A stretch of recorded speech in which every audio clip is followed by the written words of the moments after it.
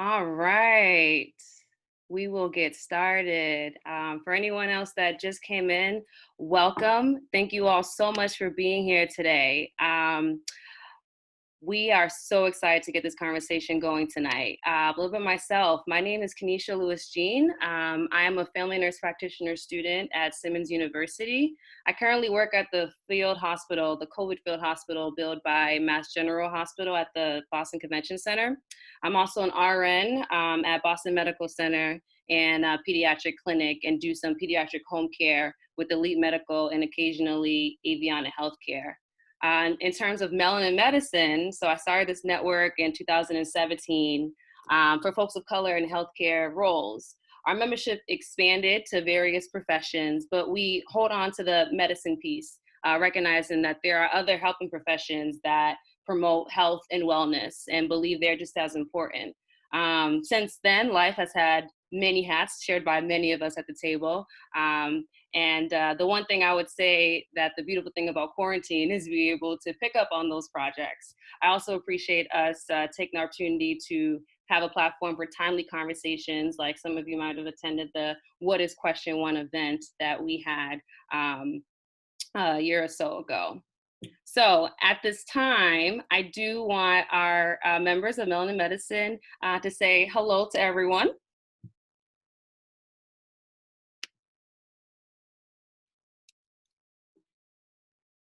You're muted. Muted, sorry. So my name is Rachel Brazilla. I'm excited to hear from you guys today and the launch of this event. Christina Francois, and I'm super excited to hear your thoughts on COVID today. So thank you for coming, I should say. I'm Winta. I'm also very grateful for everyone here and for us setting aside time to think about and talk about, the disproportionate impact on communities we care about. I'm Bree Miller, and I echo what all my lovely ladies are saying, and I appreciate you all for being here today. I'm Tafila, also a nurse practitioner student at Simmons with Kanisha, and I am glad to be here with you all. Awesome. Yay, team. All right. So why shades of COVID-19? Well, last month, articles began to circulate that revealed inequities of transmission and death among racial and ethnic groups in Boston and surrounding communities. Melanin Medicine's goal for this event is that the community understands, for one, what this data says, what is being done about it, what we can do about it within ourselves, within our own power. We also will share resources, prevention tips, and Bonita Jones, who is a certified mindfulness instructor, will end off our night with some guided mindfulness meditation. So just a few brief tips for your optimal participant experience. In lieu of clapping, and since you all are on mute, I encourage you to use the Zoom reactions feature that you can find at the bottom of your screen. There you can use a virtual hand clap or a thumbs up, and I do apologize for the lack of black and brown hands that are there as options. We just ask that you don't use the hand raise feature, as that's what the speakers will be using when they want to chime in on some topics. Also have your Zoom, I would encourage you to have your Zoom on speaker view just so you can have the large picture of who is speaking at the time, and that can be found in the upper right corner of your screen. All right, so we'll conclude the panel discussion with a 20-minute Q&A.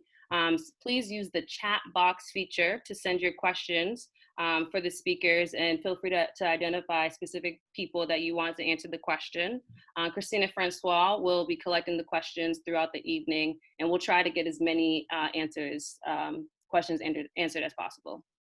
Lastly, we are recording, so if you don't necessarily want your face to be potentially in the recording, please be sure to turn your video off. All right, so let's get started. We will now hear 1-minute introductions from our distinguished panel. It truly is an incredible group, and if you want to learn more about them, their bios are on our Facebook page and our Eventbrite page, and we'll give you more ways to stay in contact with them after. So let's start off with Carolyn. Hi, everyone. Thanks so much for having me. My name's Carolyn Chou. I'm the Executive Director at the Asian American Resource Workshop. We're a Pan-Asian organizing group based in Fields Corner, Dorchester. So we run leadership development and organizing programs for Asian American young adults, and particularly to work in the Southeast Asian and Vietnamese community, mostly Vietnamese community of Fields Corner. And during this time, we've been working a lot around food access, emergency relief funds, and other things, particularly supporting undocumented Asian folks. And I'm part of organizing against gentrification in Fields Corner, both through the Asian American Resource Workshop and a project we support called Dorchester Not for Sale, which is a multiracial, multi-generational group of Dorchester residents who are fighting against gentrification and in fighting for equitable planning. And in this moment, we're really pivoting towards supporting folks to be able to stay and survive in our neighborhood. Yeah, thanks for having me. Thank you so much. And everyone else, please do also share the unique perspective you do bring to the conversation tonight. Let's hear from Derrick next. Hello, everyone. I'm really excited to be here tonight, for this really important conversation. I think first I'd like to say when I saw the flyer for the conversation, I was really inspired by all the beautiful Black and brown faces on this panel today. It really gave me a sense of hope to know that, we're on the front lines of this thing and we're gonna make sure that we're okay. So I wanted to start with that and say thank you all for bringing us together. And so I'm Derrick Young. I have a few different roles, but most importantly for me is I am the co-founder and executive director of the Leadership Brinery, which is an organization that focuses on education, access, and information injustice. And currently we have student leaders, mostly college students who identify as diverse and first generation around the country, a part of our program. And we help them gain access to competitive graduate school. So when they go off into their careers, they'll be the ones enacting these type of conversations because we need more people in our workplaces doing those. And during the day, I work at the Boston Public Health Commission in Intergovernmental Relations as the policy and strategy specialist. So I'm currently working with our COVID response team there as well. And so I'm excited to join the conversation. Thank you. Oh, thank you. And Fatima. Awesome, thank you. Thanks everyone that put this together to have us here this evening, and hi everyone that's tuning in. My name is Fatima, my pronouns are she, her, hers, and I'm currently the Learning and Development Manager at She Geeks Out. So pretty much what that means is I facilitate topics on diversity, equity, inclusion, those three words that you probably hear so very often because it's used everywhere, right? But it's just not organizations, or I work with companies, tech companies, nonprofits, and also hospitals, right? And so when we're talking about issues like this, the conversation changes. Who do we put at the forefront? What does it look like to bring in an equitable lens? And obviously, depending on where people are along that spectrum, that looks very different. So really, really grateful to be doing that work. I also have my MPH, Master's in Public Health. So when I was in grad school, I focused on community health sciences, maternal child health. And so when I'm not doing facilitation or training, I'm also working with Black mothers in Boston. I recently shared a short film about 2 years ago.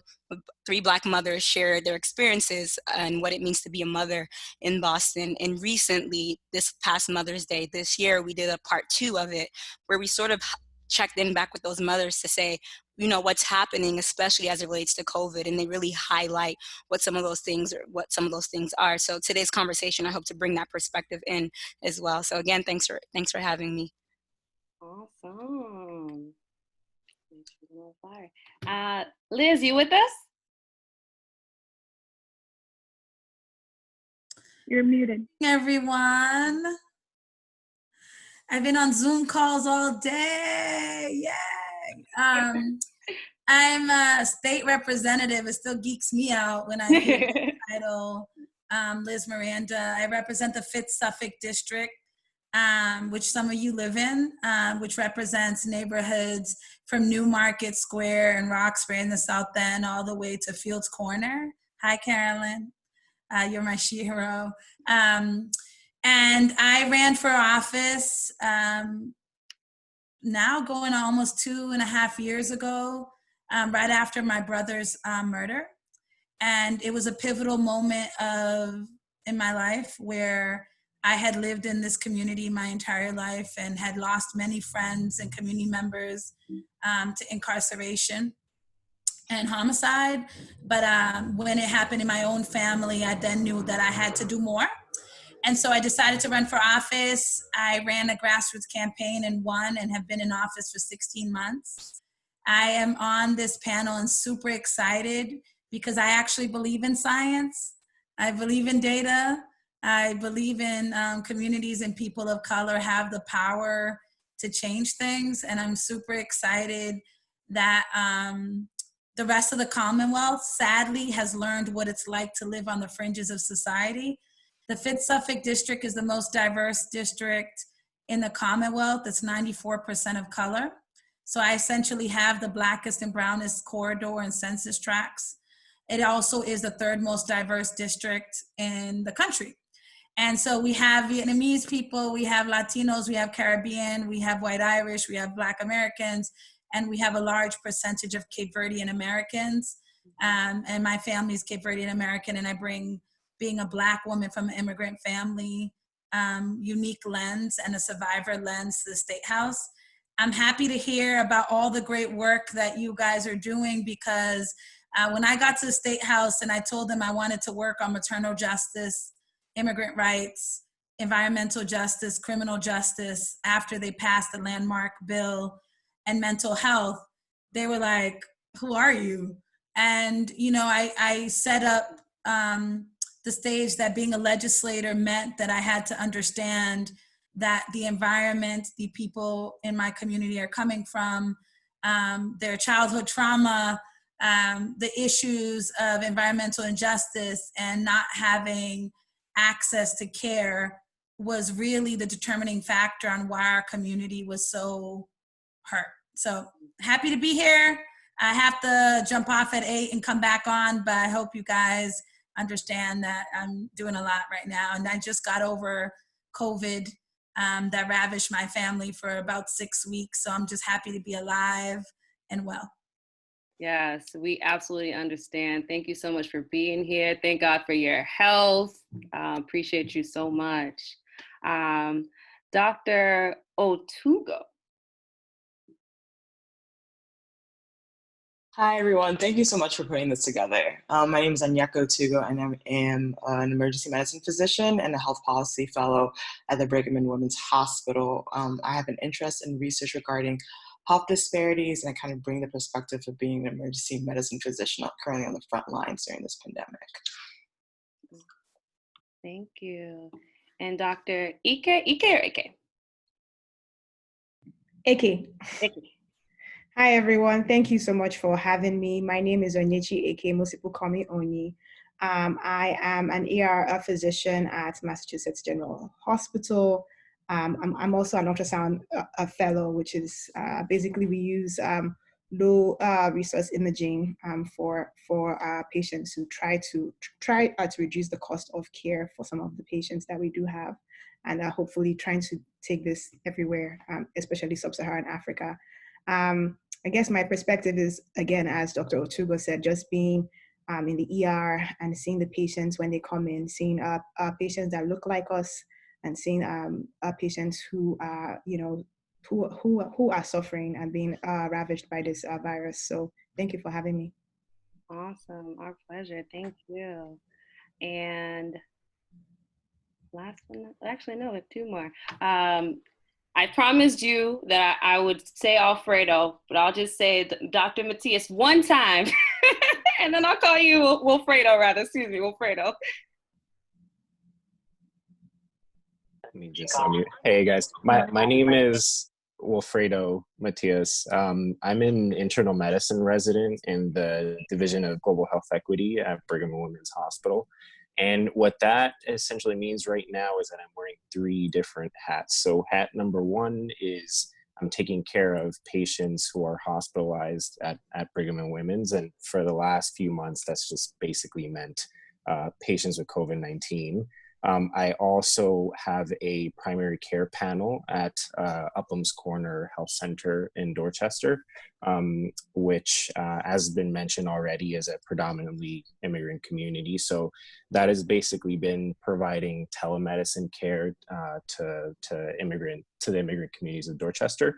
And then under normal circumstances, I also spend a lot of time traveling abroad, working on healthcare delivery, specifically in Haiti and the Dominican Republic, which is obviously not happening now, unfortunately, because of the travel restrictions. But what that has meant is, just kind of ongoing communication with my colleagues on Espanol, essentially, as they try to think about how to prepare and respond to this epidemic in their setting. So I'm really excited to be here. I just wanted to echo some things that have already been said. I think that this kind of bringing together of our community is like an essential part of the work, and it's like incredibly exciting and energizing. So thank you guys, and I'm excited to share some perspectives and to hear from all of you.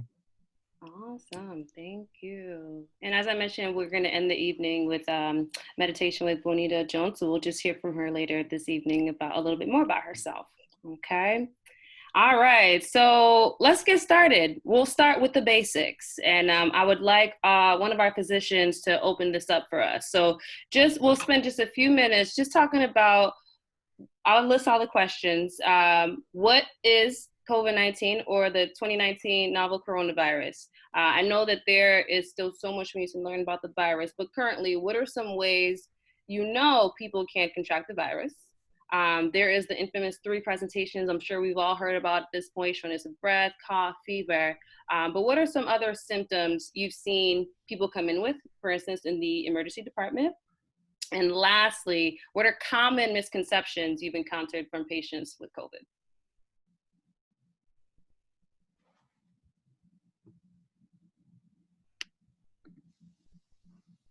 Yes, Dr. Eke. Okay. So the COVID-19 or the coronavirus is a respiratory virus that is transmitted by droplets.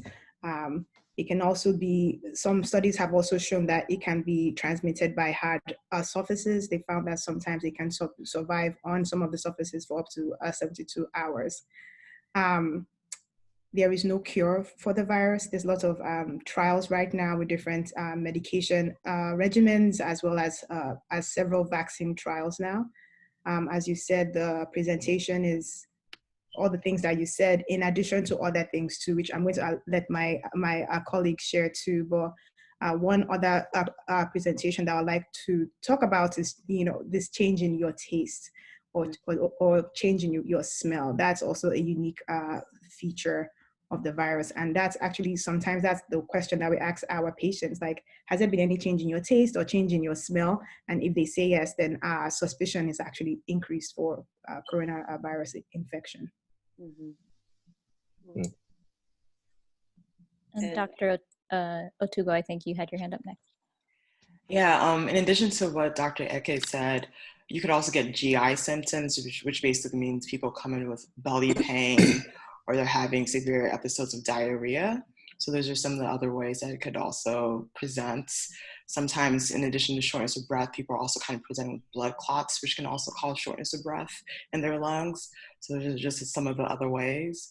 And I could also briefly touch on the misconceptions. There's a lot of misconceptions going around on who can get and who cannot. People keep talking about older people are at increased risk, which they are, as well as people who have comorbidities, but people who are also coming into emergency departments, some of them are in their 30s, their 40s. They're coming in pretty sick. They have no prior comorbidities. Sometimes this is because they don't have any primary care physicians that they see on a regular basis to diagnose any underlying comorbidities. And sometimes they don't have any to begin with. So therefore, and then also kind of like the wide spectrum of how the disease presents. Some people could come in with very mild symptoms, and some people, they come in pretty sick to the point that they're almost dying. And there's really no way to predict where someone might fall along that spectrum. So that therefore, the key is kind of prevention regarding that. And then also kind of with states reopening up, especially given that it's getting warmer, there's this misconception that the the heat would kill the virus. However, people are still getting sick. People are still getting diagnosed with COVID-19. So therefore, like, limit your social gatherings, wear masks, continue with hand sanitizer, and washing your hands. So yes, I can pass this on now. Oh, Wilfredo, you can go ahead. Yeah, great. Yeah, I don't have much else to add to that. I think you guys covered pretty much everything. I guess the one thing I will comment on is one of the things that's been particularly challenging, especially with regards to responding to the virus at the public health level, is that a very large proportion of cases are asymptomatic, meaning that people don't present with any symptoms whatsoever. And the concern is that a lot of transmission is happening between, from people who have no symptoms or who are in the early stages where they don't have, symptoms that are visible, but are still infectious towards other people. And so, as you can imagine, that has a lot of implications with regards to how we implement public health measures. But yeah, otherwise, the presentation, the symptoms kind of span the gamut, and you have people who have no symptoms to people who present to the hospital and severe kind of multi-organ failure, essentially. I think the misconceptions there's so many, and part of what's been so hard is that every day there's a new one, and you kind of have to think about how to respond to those. You guys covered a lot of them already. The ones that I will add are regarding, the increasing use of, for example, these antibody tests that are coming out, whether people should get them or not, what they mean in terms of immunity, et cetera.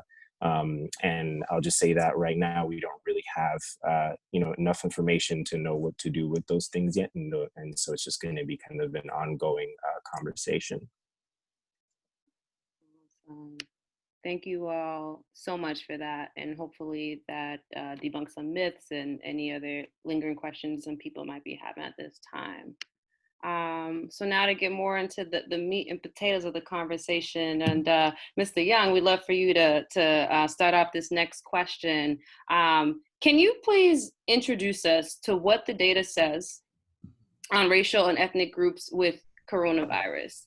But also, can you please give us some historical context? So your website highlights a really powerful graphic that depicts timeline of generational, multi-generational systemic obstacles to modern day inequities, to the COVID impact today, particularly on Black Americans. Can you elaborate on those points? And I'd love to also hear from all the panelists, and feel free to continue using that hand raised feature to chime in on other communities of color, including immigrant communities, in regards to COVID.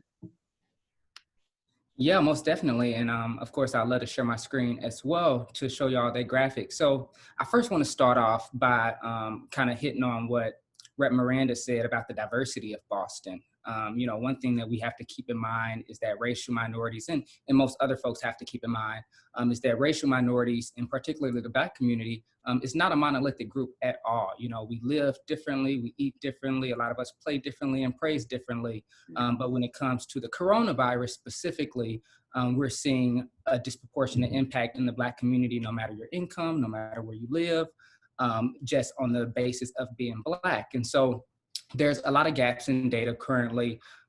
In Boston, we're missing about 20% of the racial data, just because the city, the state, and the United States started tracking race data much later after the virus presented itself. And so currently what we're seeing is that COVID rates for Blacks are about 2.4 times those of whites across America. But then when you look at some of these more diverse cities like Chicago, St. Louis, Detroit, and even in Boston, we're seeing that those rates are extremely much higher.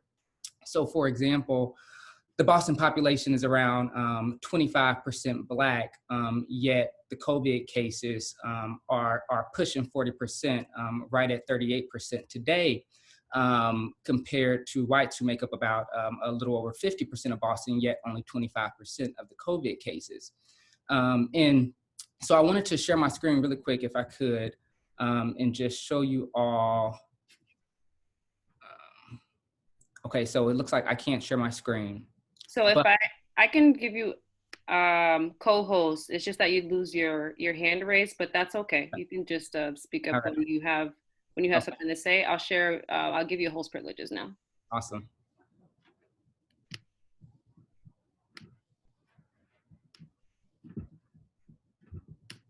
All right, you should be awesome. All right.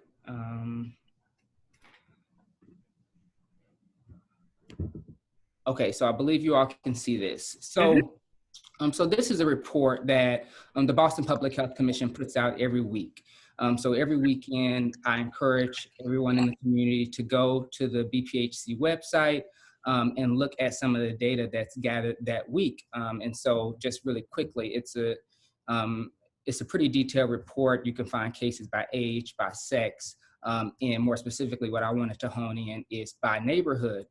So if you pay attention to this map here of Boston, we will see that the neighborhoods with the most cases are the majority Black and Brown communities like Dorchester, Mattapan, Hyde Park, and Roxbury and so forth. And so it's really essential that, of course, so that we're acting with factual data, that we continue to go to this site and make sure that we're looking at this information every week. Like a lot of the doctors were saying, the information is changing really rapidly. So this is a way to keep up. And if you just go to the regular BPH website, every day they update the cases. They update the number of cases around 5 p.m. So you can see those cases broke down every day at 5 p.m. And so I encourage you all to do that.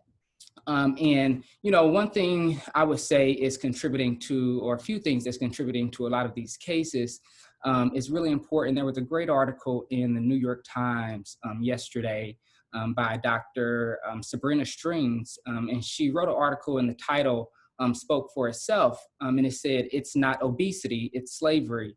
And she said that to really denote a lot of the research that's currently coming out that's putting the blame of the coronavirus cases on people of color. And, you know, I think that's really, of course, no one is to blame for this virus, but in terms of the inequities, there are some other underlying issues. So I'm going to really quickly again, share this screen again.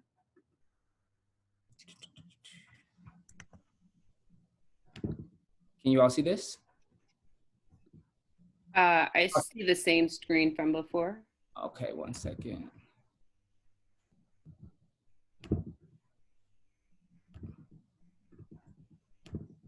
All right, what about now? Yeah. Awesome. Okay, so this is the graphic that was referenced, and it's something I had created a couple months ago when this race conversation started to begin. And, you know, it was easy to predict that a lot of people would start putting the blame on people of color. And so I just wanted to step ahead of the curve and make sure that we got that accurate information out. And so I created this graphic in just a 5-minute warning. Okay, all right, okay. So I'm gonna zoom out really quick, but basically if you go to the website, DerrickYoungJr.com, you'll be able to dig more into this, but it goes into a lot of the historic and oppressive systems, like first, of course, starting with slavery, and a lot of things that was done to Black bodies and people of color, like unethical medical experiment that lead to medical distrust.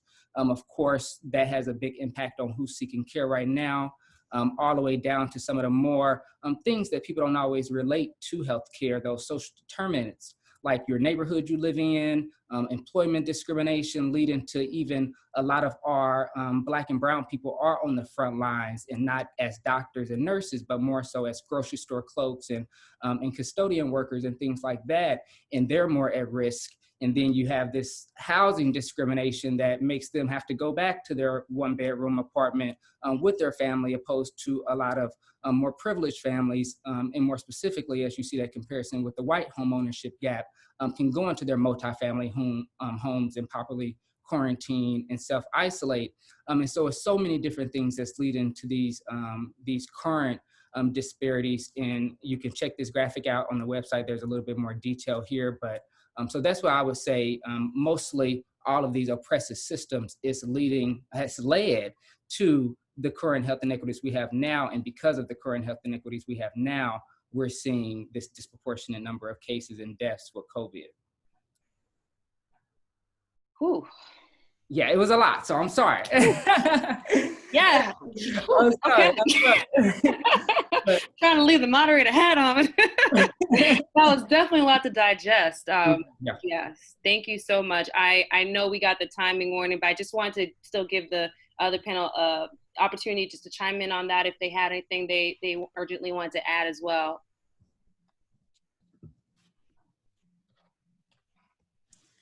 So I wanted to jump in. Thank you, Derrick. And, you know, just listening to all the medical professionals on the call and the community leaders, it's clear that we are really blessed in Boston to have the brightest minds in the world.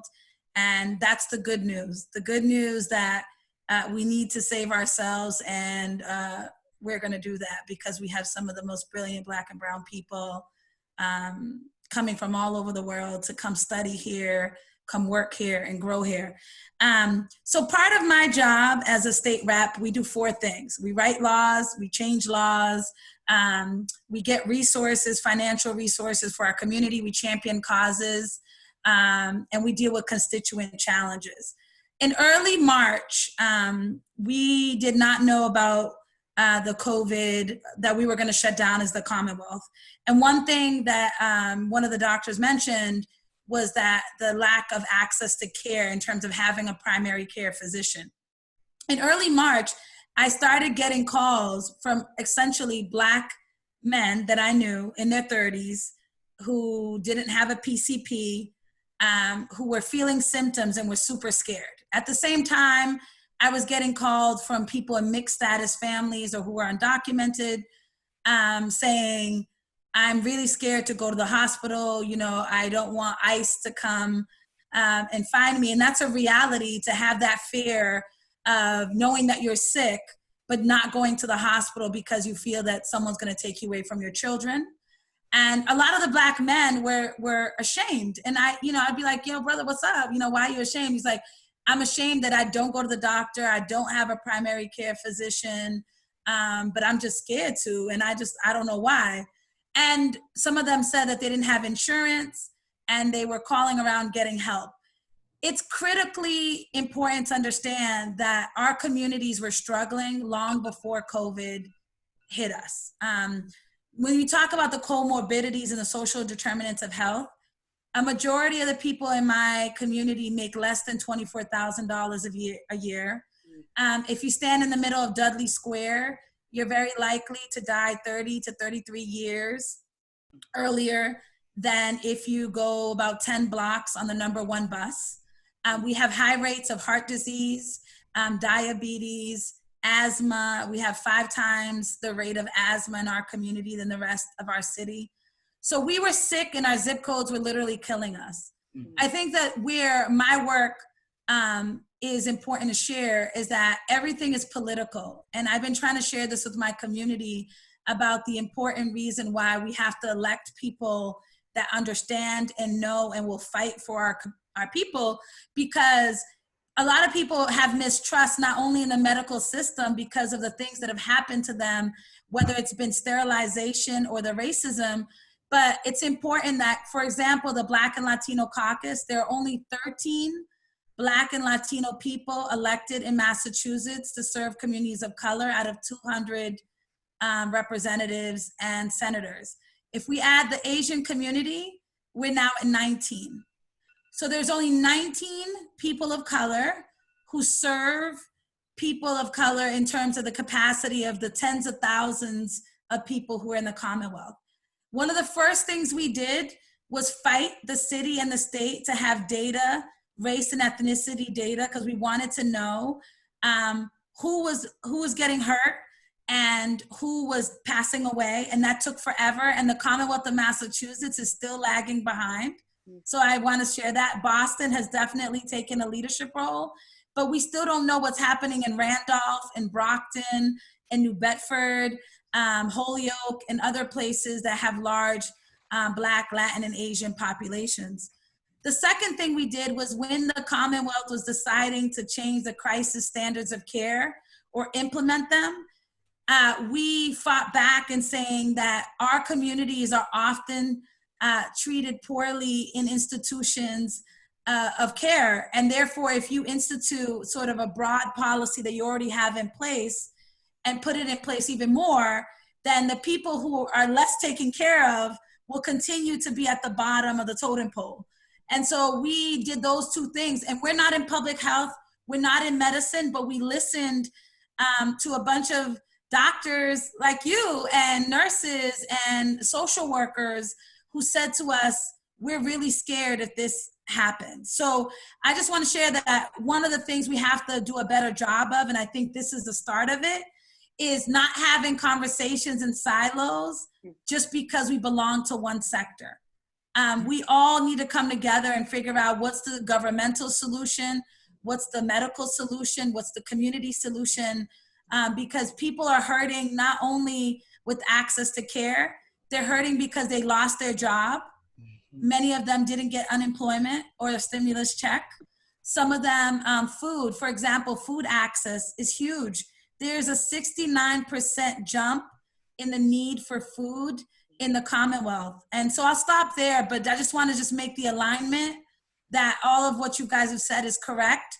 And I'm willing to partner with anyone to think about how we actually improve not only access to medical care, but also housing and employment, because the economic insecurities is also killing us quickly.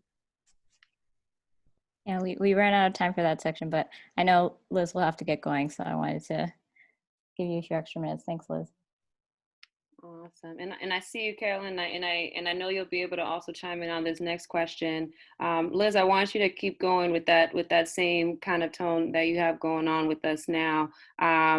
This is more so, it's in regards to everything we were just talking about, the graphic that Derrick shared with us, when we're considering challenges like virtual learning for families that that may be under-resourced, housing and food insecurities, inequities and health outcomes, in addition to those chronic conditions that we were voicing as like the risk for COVID, diabetes, obesity, and oppression. What are more of these potential domino effects that we are looking at for these communities that are already disenfranchised? We know about this phase out process that the state has been talking about. It's the idea of opening up sounds great, but like, you know, what are going to be those effects down the line when, like, you know, people stop talking about COVID?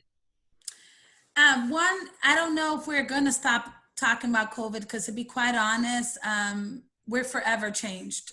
You know, if I was to talk about the small business community, about 33% of those businesses or more will not come back. Our barbershops and salons, many of which couldn't get the loans and the grants that they needed, are barely surviving. Folks didn't get the sort of economic promise that was promised by the federal government to help them. If you're undocumented, you cannot get those social safety nets. If you were a gig worker, it took 2 months for us to pass federal legislation. And I wrote the first bill here in the Commonwealth asking for cash assistance, because I knew our government was gonna mess up, and I knew that people needed cash. So some of the domino effects that I'm seeing is that folks are gonna lose their homes or lose housing. Homelessness was on the rise, already 14% in the state of Massachusetts before COVID. It is now growing rapidly because many of the people who own the homes are not sort of big developers. They're mom and pop people who might have bought their home and they're happy and they're renting to people that they care about, but they need that rent money too. And so what we're having is folks are really scared about losing their homes and not having a place to live. Secondly, small businesses, I mentioned that rate about 33%, it might be more. Folks are really challenged with whether they can open up and afford to buy PPE, can afford to pay their taxes, their loans, their commercial rent, which is incredibly high in cities like Boston. And the last domino effect that's on education, I am so deathly afraid. Last year, we passed the Student Opportunity Act that was gonna pass millions of dollars into cities, gateway cities, and cities like Boston that really desperately need it, because we were behind essentially a generation. School funding was behind 25 years. And we were just voting on how to get $7 million and, you know, across 7 years, which means that the generation is still behind.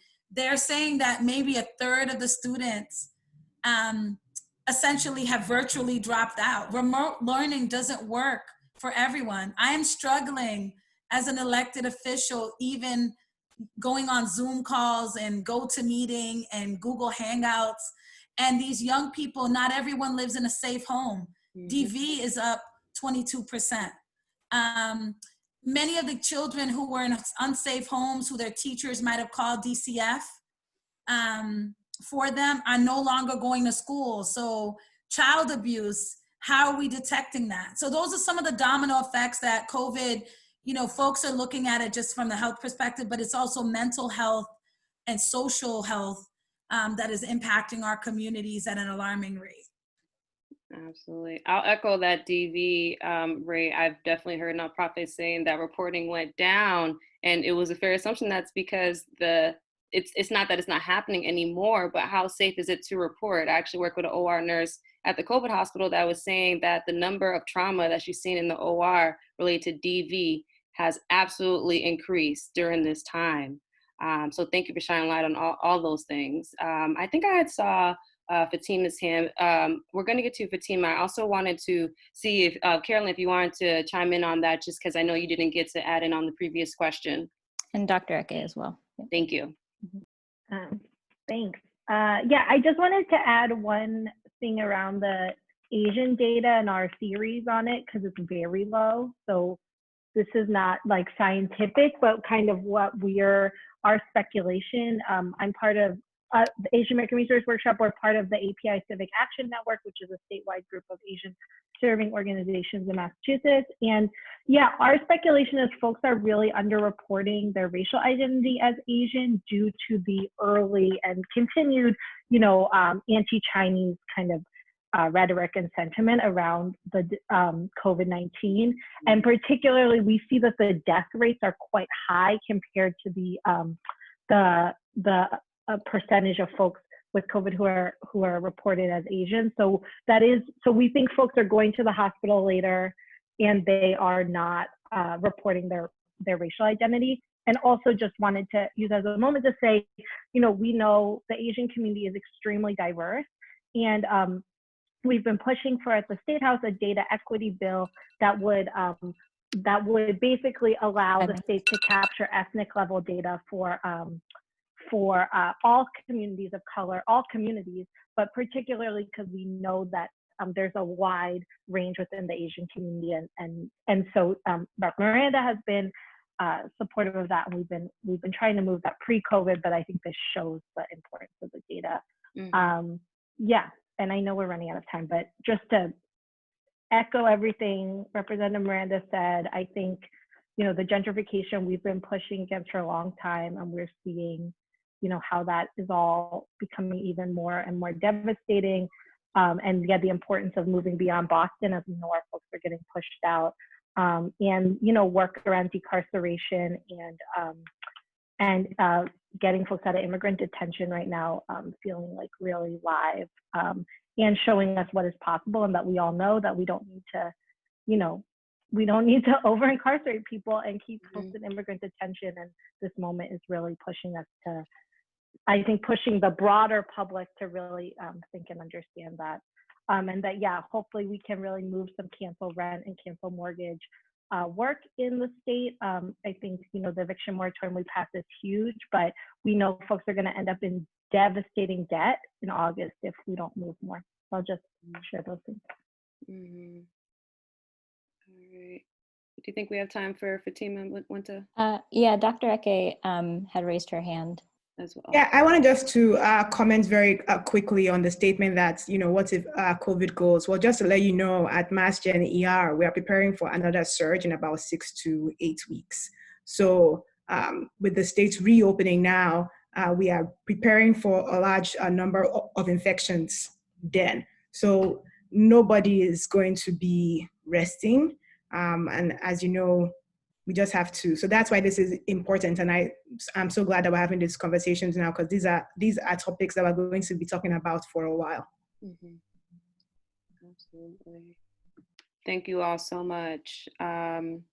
So, I think Fatima, did you have something else to say So on I that? can wrap it in the next question. I so know how it I feels was to gonna swing it to you first. yeah, yeah, First. it all connects, so totally fine. Yes, awesome. So, and let's kind of start off this energy of like, feeling enthusiastic about getting our brains together to figure out like what now, right? So, to continue on with that same energy, how do you all on the state, the local, the community level plan to use the data we've discussed, the inequities we've discussed to bring about change that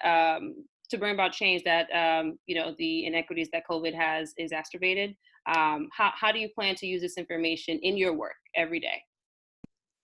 Yeah, awesome. Happy to kick it off, and just hearing everybody sharing, just appreciate all the knowledge that you all are bringing, because I plan to take this on in the work that I'm doing. So gratitude for everyone that just shared. But really quickly, I really want to hone in, Liz Miranda's point around honing in into not having conversations in silos, right? I think it's so important now more than ever to be having conversations together and normalizing what it means to be going through this together.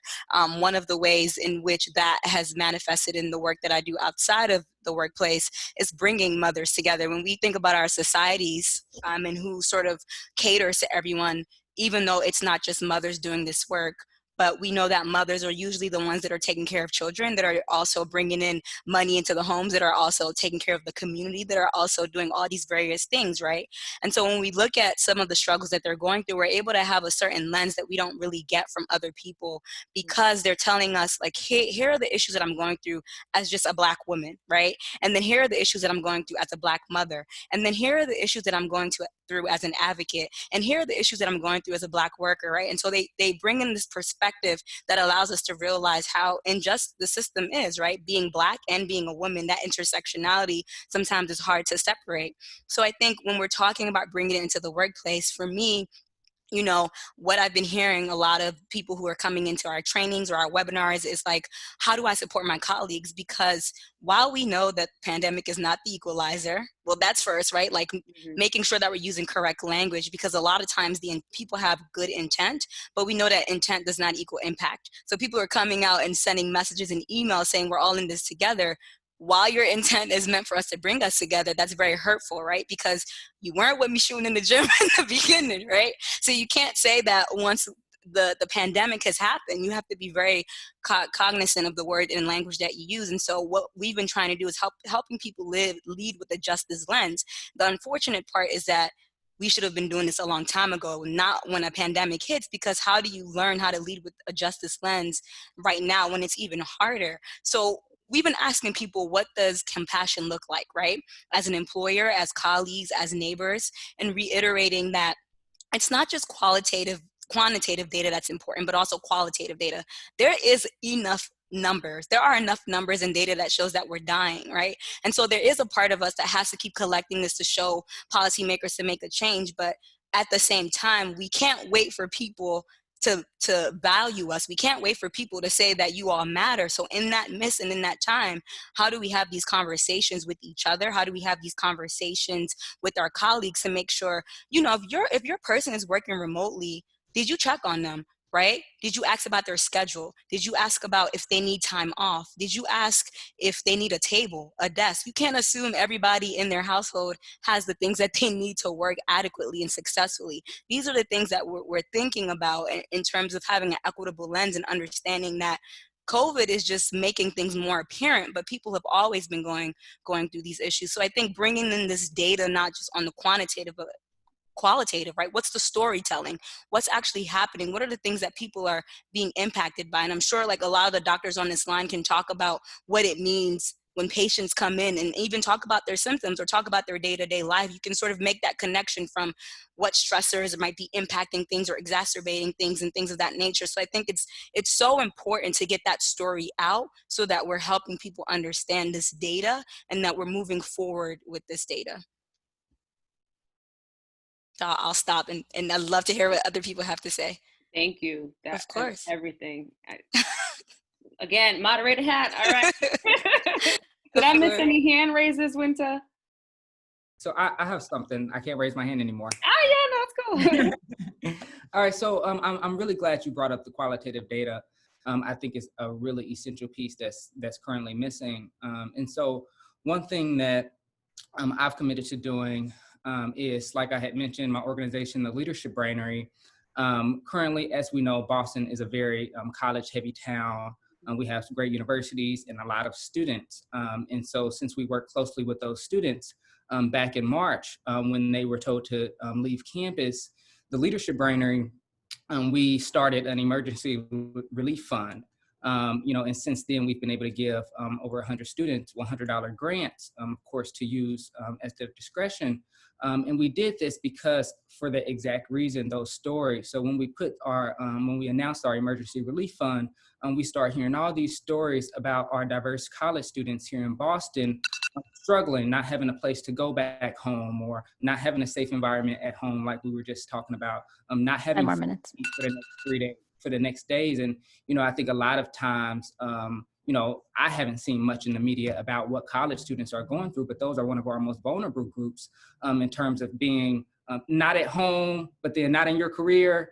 And when I'm just told to leave campus, a lot of more privileged students can just pack up and leave. But a lot of the students that we were helping had no idea how they would find flights home, had no idea who they would contact, because they were homeless students.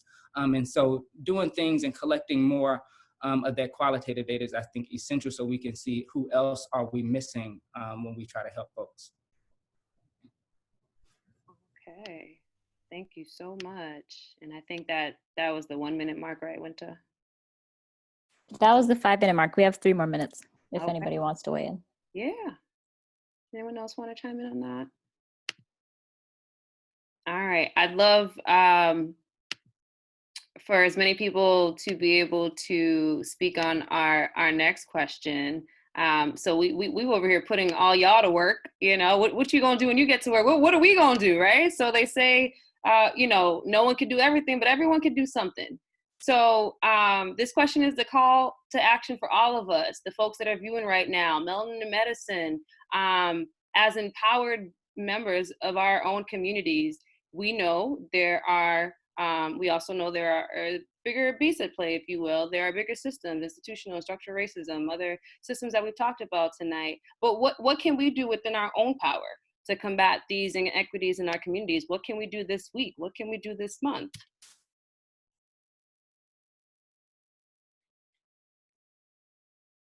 And that could go to anyone. But Dr. Otugo, did you want to maybe give us a... We have a couple hand raises as well. Oh, why don't I see it anymore? Go ahead. I see Liz and Wilfredo. Oh, okay. Liz? I'm going to be very quick. Information can be used as a weapon. And one of the things that's really important about what I do is I try to decolonize information. I am on Snapchat, Instagram. I'll even text somebody.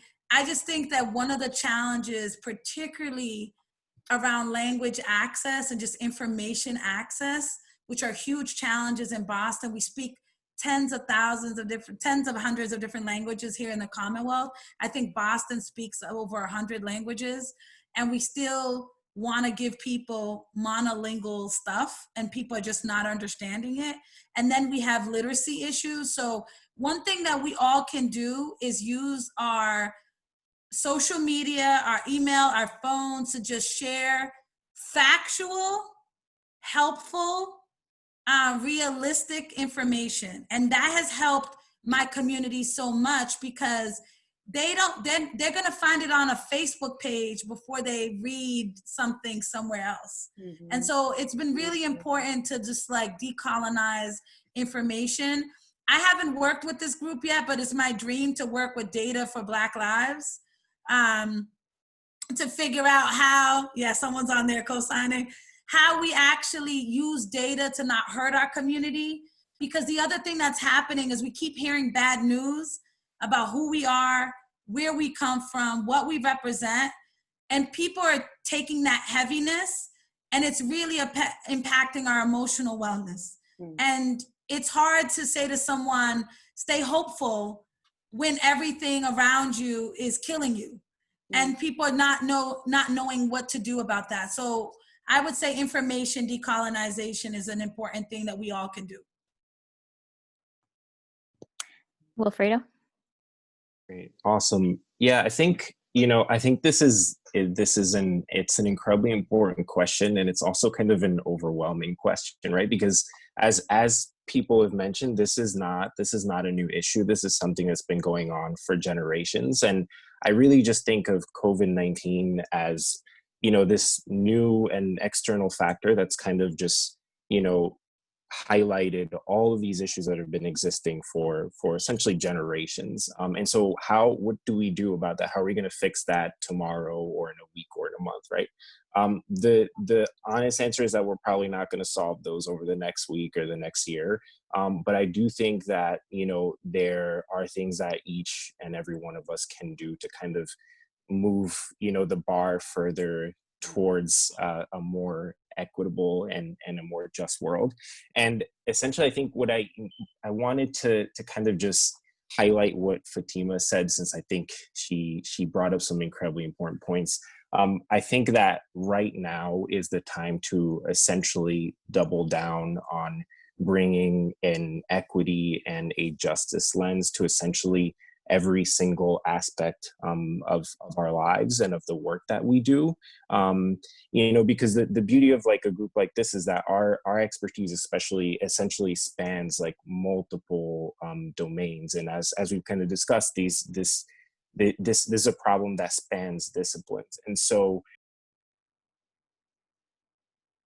Oh, we lost you. Muted.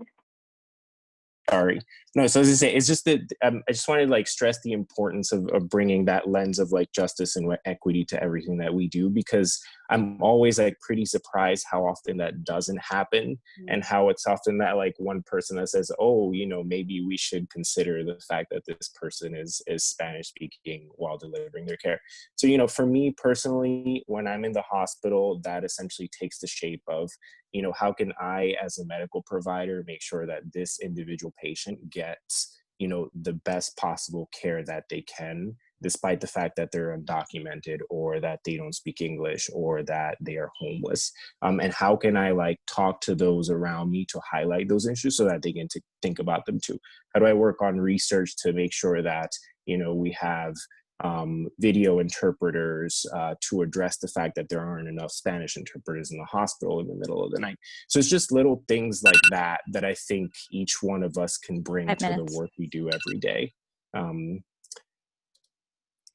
Yeah, I just want to echo that before and say absolutely. In the COVID hospital, it's a very large Spanish-speaking population, and I've had to like time out on care just to be like, hey, did anyone explain this to you? Did anyone explain when you went to the intensive care area today, it's because your potassium was like 6.8 and like that really affects the way your heart works? And they say no, because no one took the time to just stop and pull the language line on wheels to explain these things. So absolutely, sometimes it's just the little things, technology, just using that to the fullest potential. And thank God for interpreters that are available for, our needs.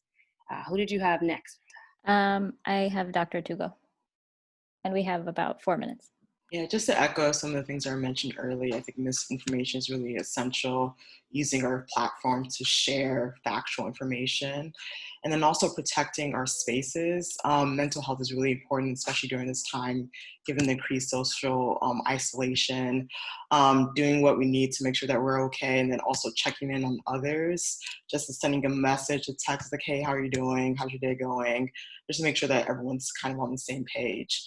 And then also kind of community service kind of starts with taking the necessary precautions to make sure that we're protected, wearing masks, washing hands, and also getting masks and stuff for people that can't afford them. So. Thank you. Fatima? Yeah, love. Oh, this is like magic happening right now. I'm just, yeah, okay, I'll keep all my excitement to myself because I'm taking up time.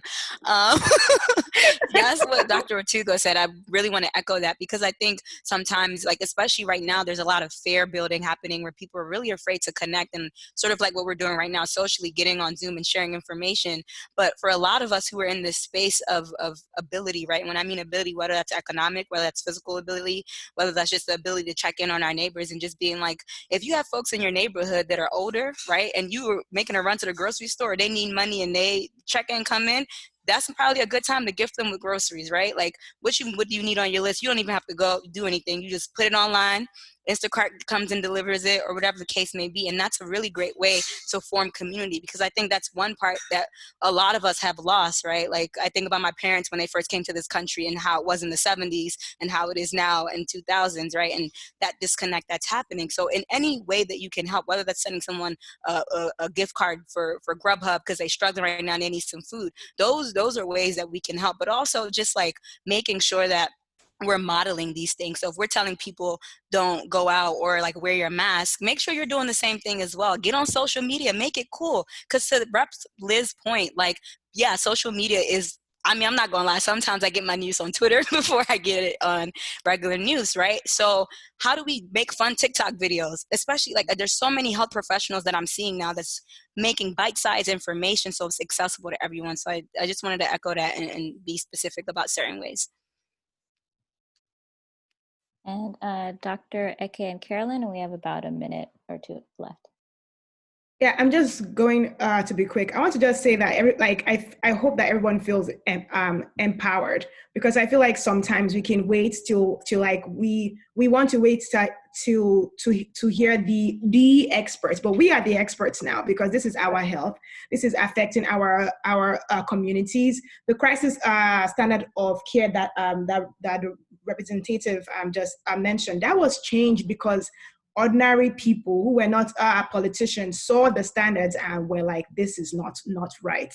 So I just hope that with all this information that we get, we don't have to be experts, but we can at least feel empowered to educate our family members, to educate our friends, to educate people that we go to our church with, people that we go to school with, because at the end of the day, it is going to affect every one of us.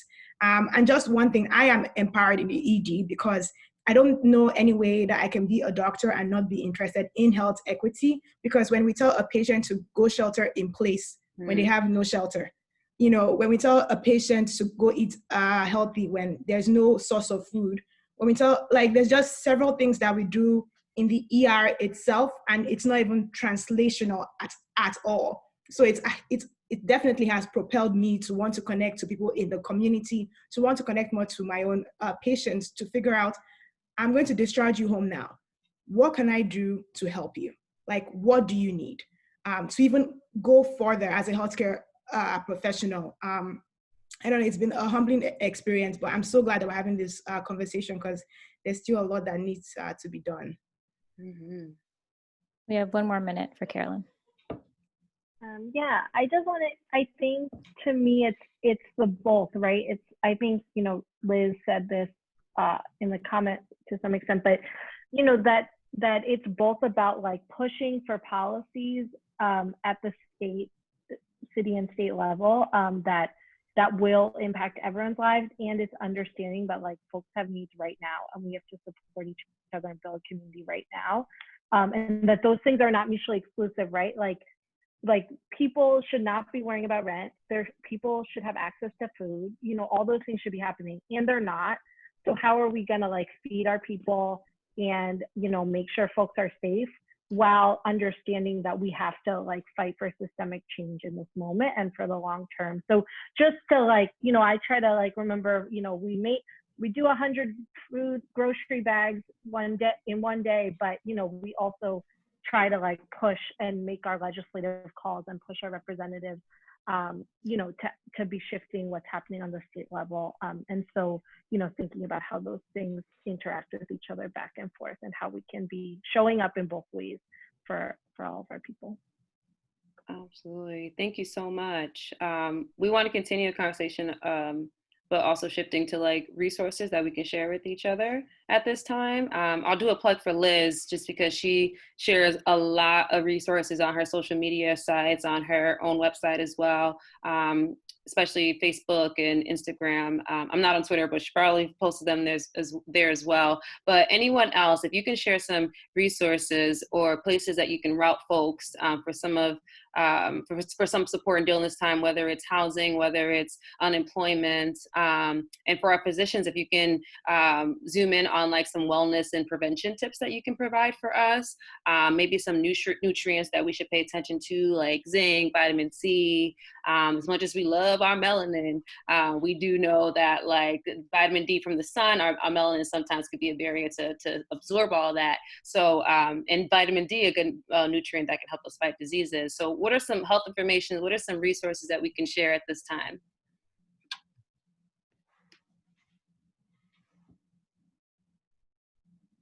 And I don't know why I can't see the hand raise feature, so you're gonna have to take that, Winter. No one has their hand raised, so if oh, okay. wants to jump in. Oh, Bonita just raised her hand. Yeah, there are so many resources. This is my wheelhouse, so to speak. 30 plus years doing massage therapy, 30 plus years teaching meditation, pre-med, master's in training and development, mindfulness certified, probably one of a few people of color, Black women doing mindfulness. And I've been working with Boston Medical, so I feel all the medical professionals. I know what you're going through. I've been there for 7 years, family medicine and pediatrics. So it's a journey, and this is nothing to take lightly. So I really applaud all the medical professionals who are on the front line, so to speak. And for all of you who are in the background, but you're doing your thing too, supporting our communities. So that is really the unsung impact of this pandemic. We've been through a lot as people of color, and so to say that, I hear what everyone said about the we are in it, or we're together. And I really appreciate Derrick's statistics because that does frame a historical perspective of where we've been and where we can go. Mindfulness, yes. There's so much mindfulness out there, and some, I think you can just, it's like a Band-Aid almost. Oh, I'm just gonna do some mindfulness and everything's gonna be fine, and that's not the case. I do wanna offer one website, one thing that's called 10% Happier. And every day at 3 o'clock, they have live 3 to 3:30, and it's on YouTube as well. They have some filmed, some live meditation teachers who talk about COVID and how to handle this situation. Some of color as well. There's also a COVID sanity guide that 10% Happier has, so you can check that out as well. And for me, I'm going to be doing some mindfulness too, but someone mentioned mental health, and ABPSI, Black Psychologists Organization, is a very, very good resource, as well as Black social workers. And I would think that any other people of color associations could help in that regard. Thank you. Short one.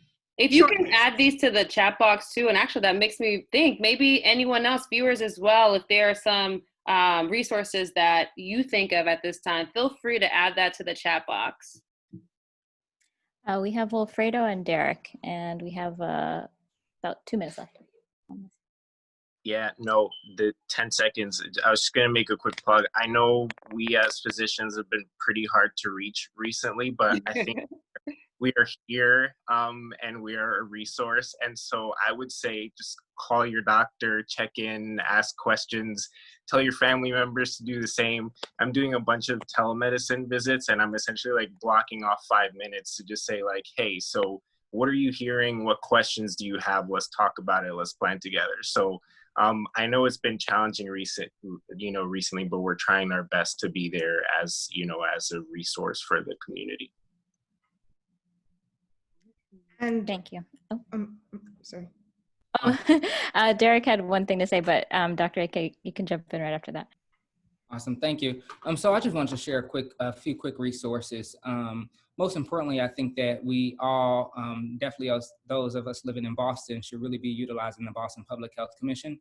We have a lot of people in the health department that's working around the clock to ensure our safety and to make sure that we do have resources. So I encourage everybody to go to www.bphc.org and check out the resources there. If you do bphc.org/coronavirus, you'll find much more information pertaining to COVID, and also a lot of resources that are around the city, like food banks and different services that we could use. Two additional things, actually three. So we have also, if you are in Boston, you can call 311 and you can get access to somebody from the city that can help you navigate any resources. You can also call the Mayor's Health Line. So in Boston, we have the Mayor's Health Line. I'll put the number in the chat, but that is for any health-related questions that you may have. If you don't have a physician or a primary care doctor, you can call the Mayor's Health Line and they can navigate you to look for insurance or a healthcare provider, or, just if you are frantic about thinking you have symptoms, they can help you through that. So please use those. And if you're not in Boston, but just in the state of Massachusetts, you can call 211 and that will connect you to someone that can help you access resources. And very briefly, Dr. Eke and then Carolyn.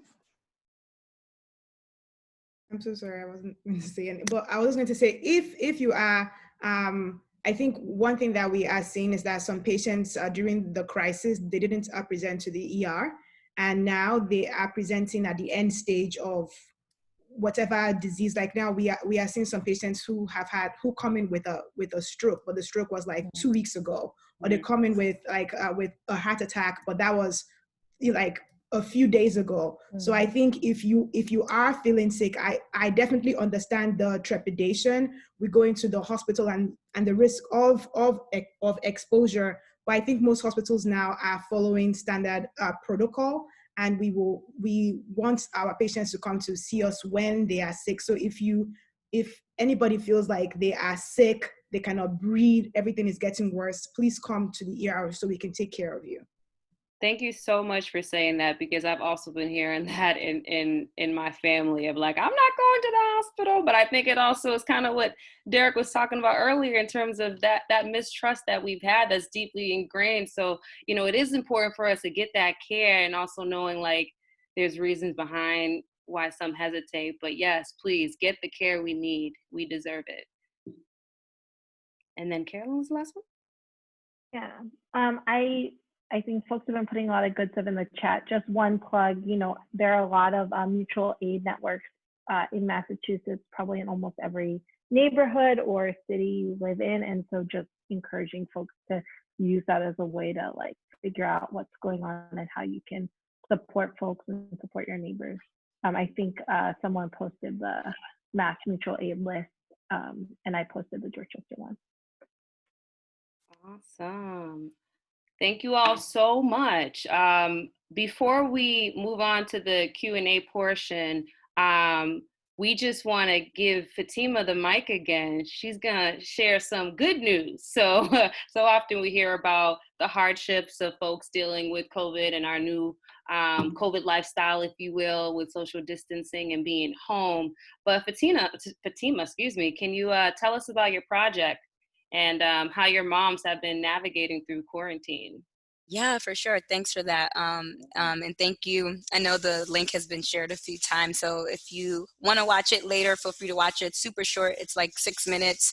And then the first one we did is about 7 minutes. But I think, someone made this point earlier. We're like, yeah, there's a lot of hardships, right? But trying not to make Black synonymous with darkness, Black synonymous with death, Black synonymous with everything negative, because there is a lot of life, there is a lot of thriving, and there is a lot of joy. And so I think as there is a lot of fear for valid reasons, for historical reasons and current reasons, there are also a lot of people doing amazing work and figuring out ways, as they always have, to survive and thrive in their communities. And so with this short film that we did, we wanted to hear from Black mothers in the Boston area to see, you know, what are some difficulties, but like the full storytelling, right? Because sometimes we only ask for like all of the negative things that are happening, but like, what are some ways that you're also living and thriving, and what does parenting mean to you? And what we find is that even though there are a lot of issues happening, this is also a moment for them to spend more time with their children, a moment for them to talk about history that isn't necessarily talked about in the schools, right?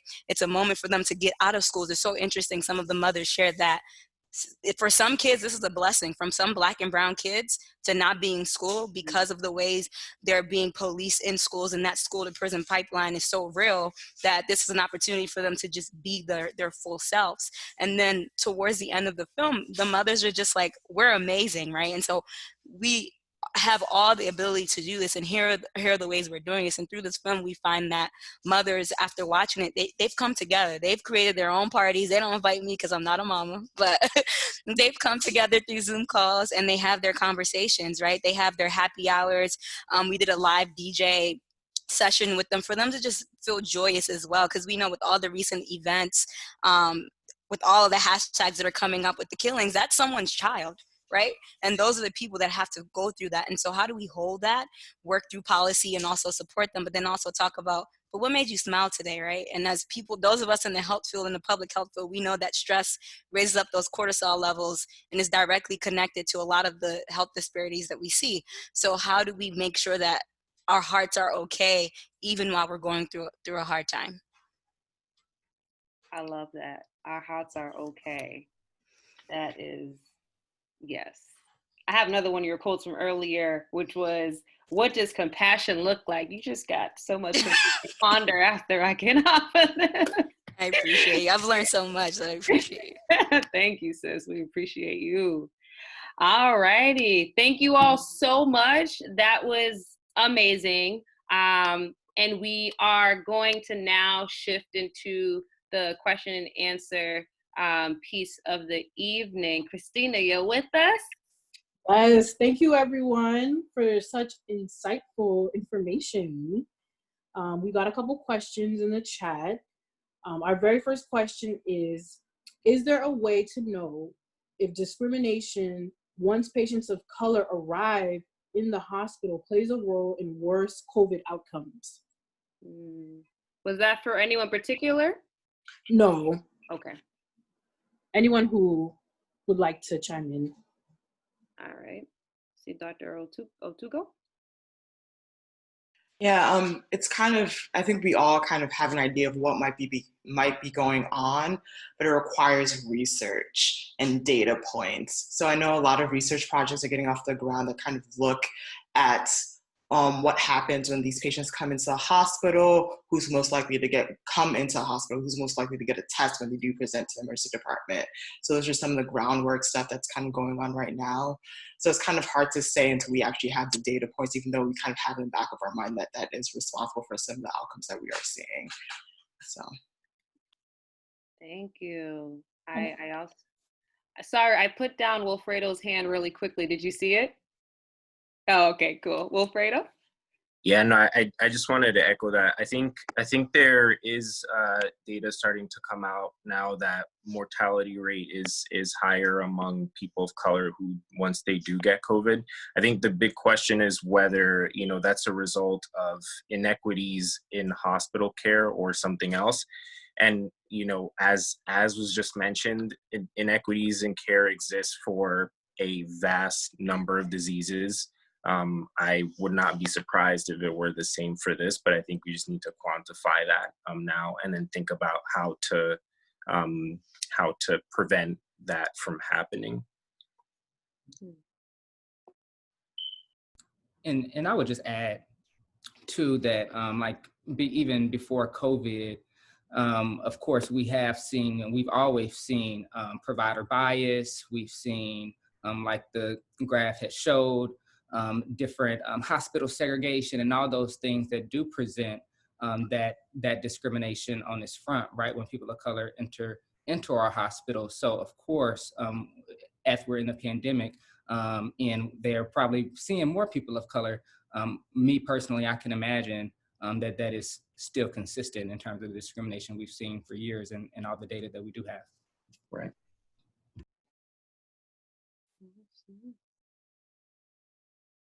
Okay. Anyone else? Move on to our next question. In our community, we tend to have complex medical presentations, chronic health challenges, and what additional precautions or mindful tips do you have for those with asthma and allergies during this time?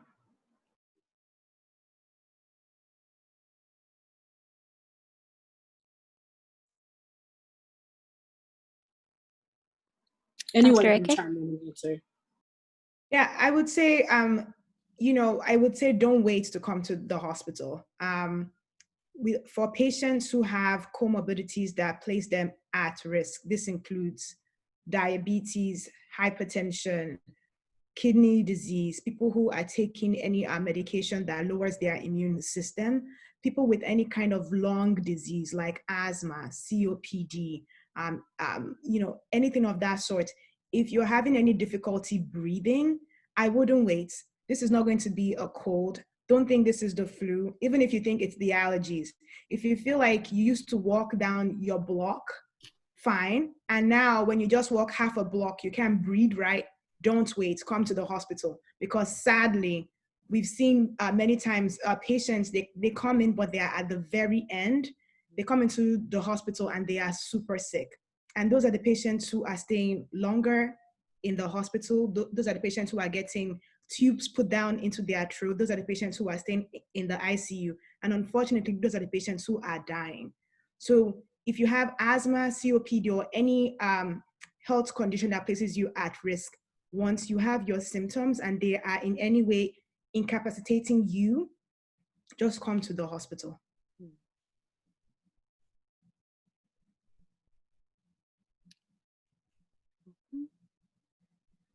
Next question.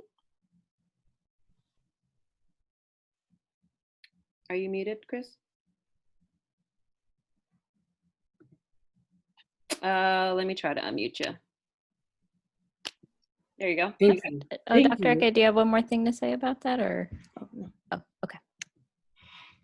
Okay, another question that came was, what is being done to address COVID in the senior populations, seeing that they are at a higher risk and that they're isolated? Liz did a good job answering some in the chat before she left, but this is also for anyone else who would like to give some input. Carolyn?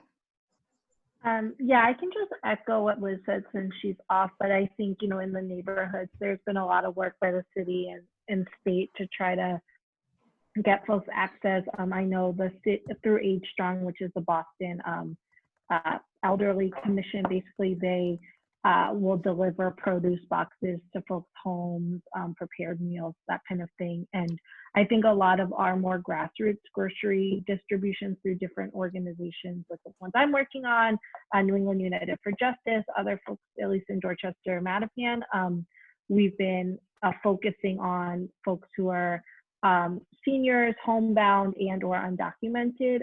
And so I think there has been a lot of pockets of effort, but I do think, with advocacy from folks like Representative Miranda, the city has been doing a lot. And if you do know any seniors, I don't know as much about what's going on outside of Boston, but in Boston, they will do drop-offs of produce and other food directly from the city.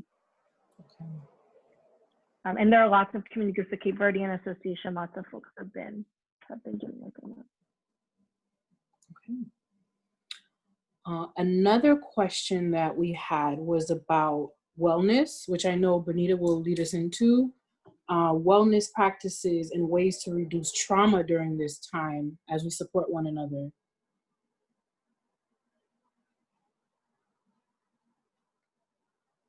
Bonita, do you want to chime in?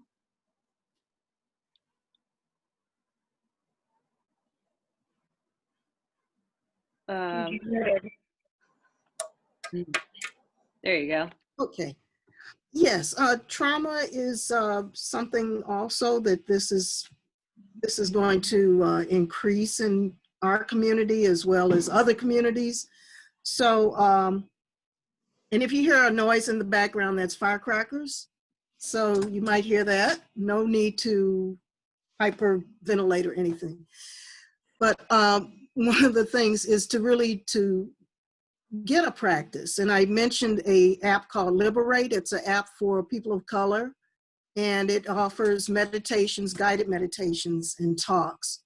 So that's one resource if you have access to that. I think the main thing is to really have a support network for yourselves, friends, someone you can call on, family, anyone that you can lean on. And there's no shame in saying, I'm a doctor, I need help. Or I'm struggling, I'm a student, I don't have any resources, like Derrick said. This is the time to really put that aside and say, what's more important, my life or my pride? And that's really what the call is about. Thank you. One of our most recent questions is that with the understanding that yes, that there are patient advocates that are watchdogs to hold medical professionals accountable, with COVID-19, Massachusetts bill has passed the S2640, which was signed to protect medical professionals from any civil liabilities during this time. Considering the racial and health disparities in Boston, what are some legal protections for families that have had members that had COVID-19?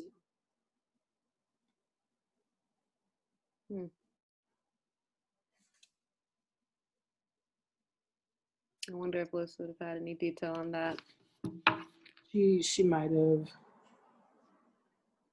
We might have to do a little more research on our end and get that answer for you all at a later time, but we definitely have it recorded and we won't let it get lost. And this is a general question for everyone. Can any of our guests share how they have been coping with all the changes over the past few months? Just wanted to throw in that we have 10 more minutes for questions. Oh, that hand clap was for the question.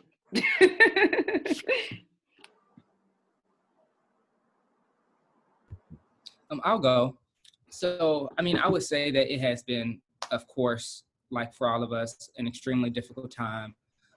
You know, and on another personal note, it's been difficult for me even today, you know, showing up for work and, you know, doing my job, as we've seen with, you know, the situation that came out from Central Park today, when the woman called the police on the African-American man. And then we had the other situation in Wisconsin when the Black man was killed by the police. And, you know, so we're still going through all of this trauma that continues in the midst of the pandemic. And it's really added. And so going back to even what Bonita was saying, just really making sure that we take some time for ourselves. And so, you know, me and my partner, we've been doing things around the house too, trying to like, you know, rearrange some furniture and making it to some different things. We made a new enclosure for our tortoise and out of an old bookshelf. So that was really nice. You know, I've been just trying to, of course, stay aware and continue doing the work. But just honestly, you know, once we do, definitely a lot of the health professionals can find like an hour or so, you know, not feeling guilty about like putting on a Netflix show for the night. Because I think sometimes that can be the case. And we're saying we have so much to do and so much to respond to in a crisis that we shouldn't be taking out leisure time. And so, you know, but I think it's really important. And I want to encourage more people to do that. And so, doing those things, of course, you know, like calling in with friends and family is always essential, and just finding time for yourself. I know, Kanisha, you had said earlier about, you know, finding new gifts and stuff during this time too, if you can. Just some of those things that we've been putting on the back burner. You know, just take out your pen and paper or whatever it calls and just, you know, start it in this time. I think it's the perfect time to do it. Chris, I had noticed that one of the questions that the MDs had gotten lost, which I can totally understand how that happened. There's a lot going on in this chat. So if anyone else has anything on this question, feel free to add now. And then I was going to circle back to a question about Kawasaki's. I just quickly wanted to add, like when a lot of times when we're facilitating, we know that some of the information that comes up can be harmful or can, you know, make people feel a certain type of way, and that manifests in their body very differently.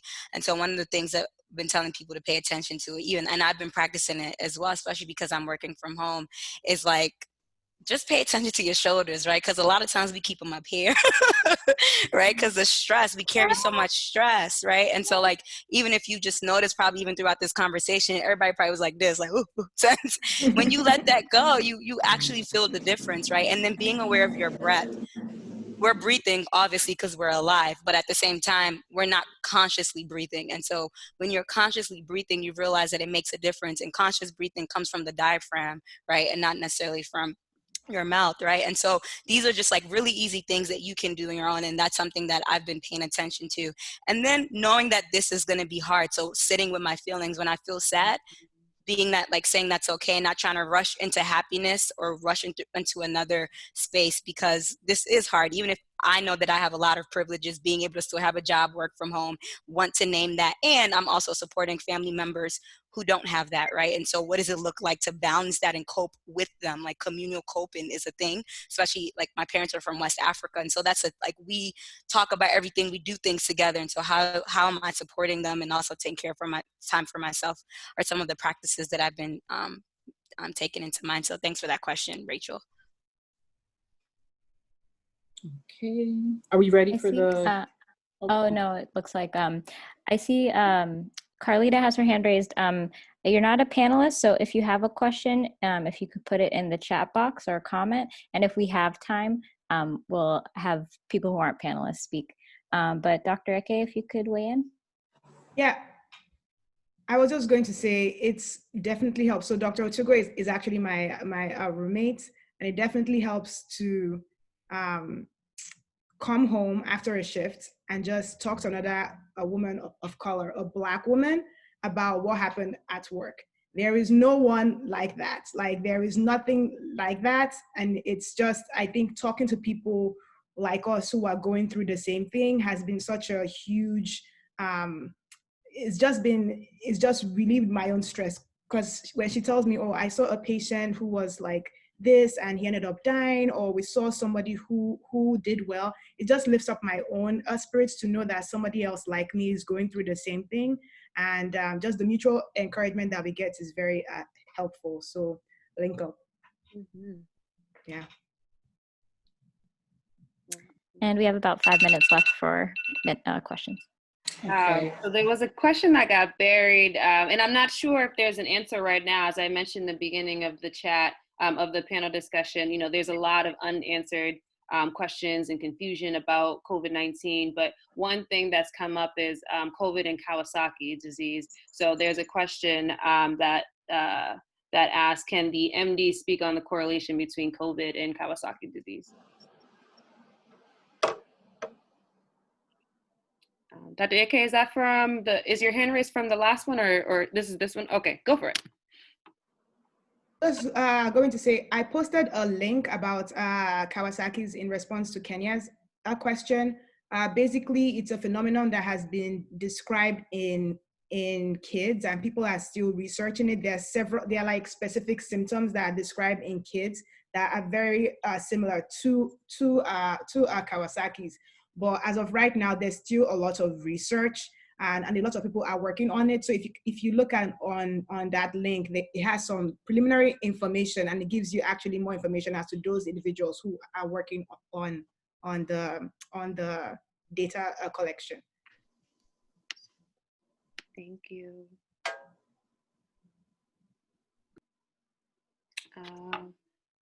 So I have a few more minutes, Christina. Do we have more questions? I guess the last question we can close with, someone wanted to know, they live with elderly family members that because of aches and pains, they can't go outside and take walks. What are some mindful things they can do indoors?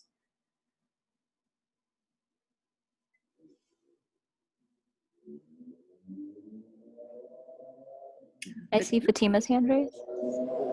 Yeah, so I have a lot of family members currently not necessarily living with me right now, but who are older and also not able to physically move as much because of other health elements. And because of that, we've been trying to figure out like how do they stay active. So one way is to like do things. We bought like my aunt like a little massage ball things for her hands to be able to move in the chair. So she's not using her body so much, but she's still getting a little bit of workout through her arms. And then even just being able to sometimes just go from like, for some people like, oh, that's not a lot, but to be able to go from like the living room to the kitchen and to be able to support her.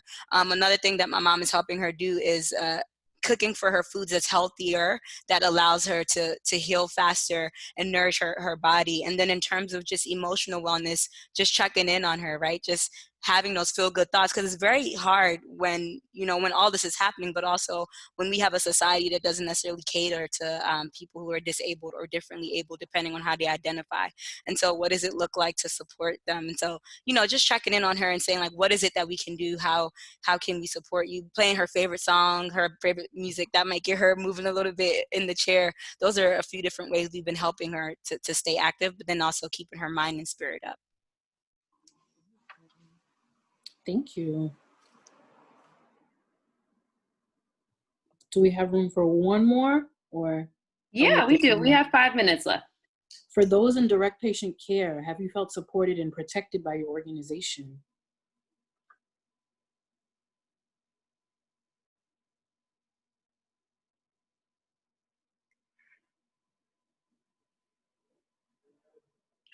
Anyone?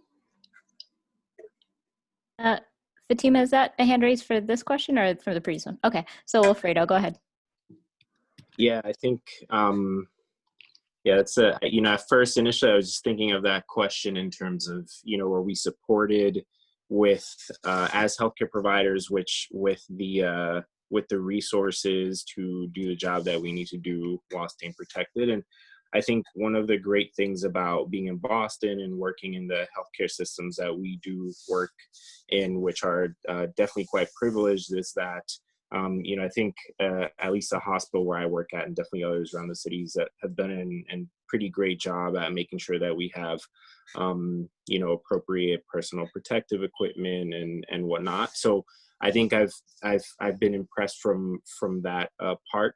I think, taking a step back and thinking about like the broader meanings of that question, have we been supported like emotionally and whatnot, that I kind of look elsewhere. I look to you guys and to family and things for that.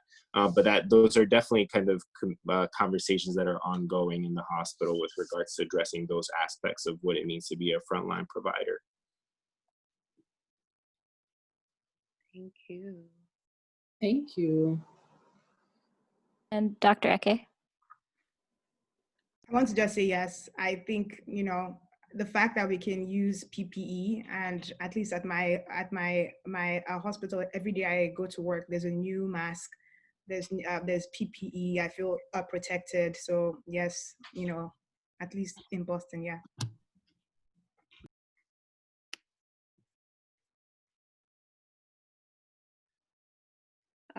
I see 2 hands raised, but was it just the previous 2, Winter?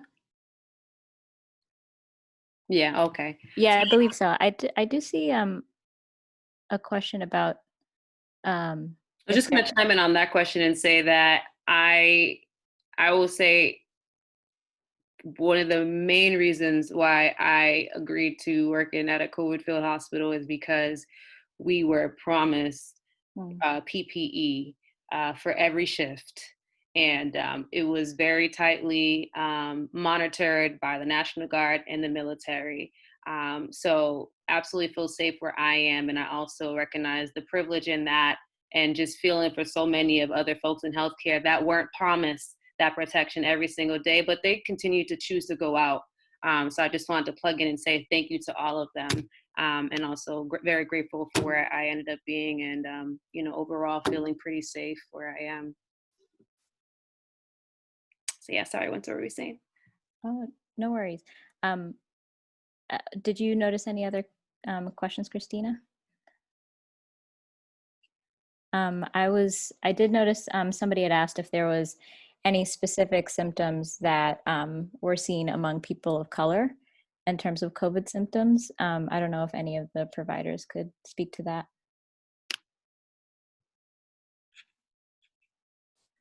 I could chime in.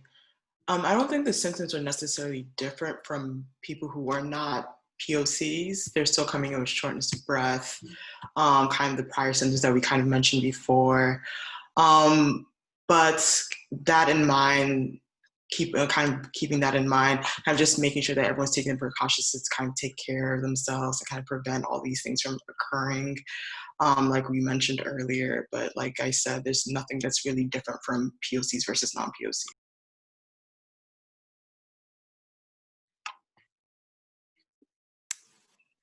And then a quick resource question on any workout recommendations for elderly folks.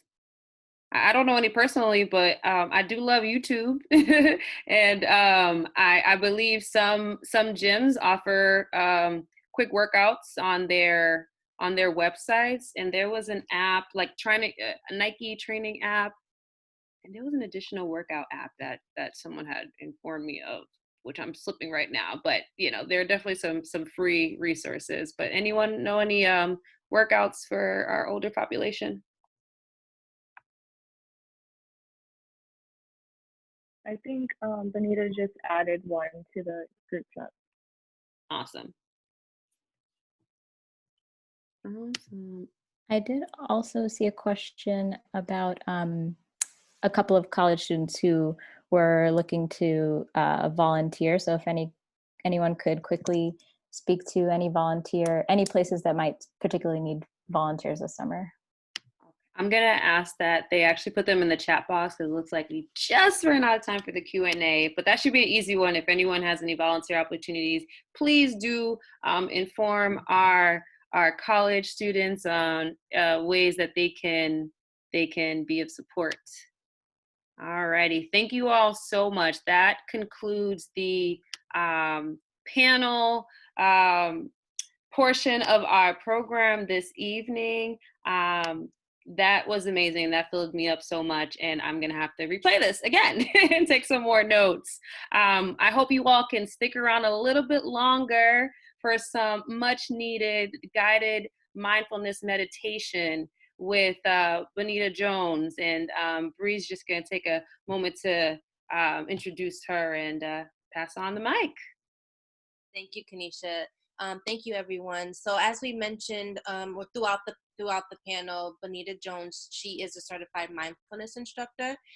She is also a licensed massage therapist, and she's been working and doing this for over 30 years. And so we are very honored and lucky to have her here with us this afternoon, or tonight rather.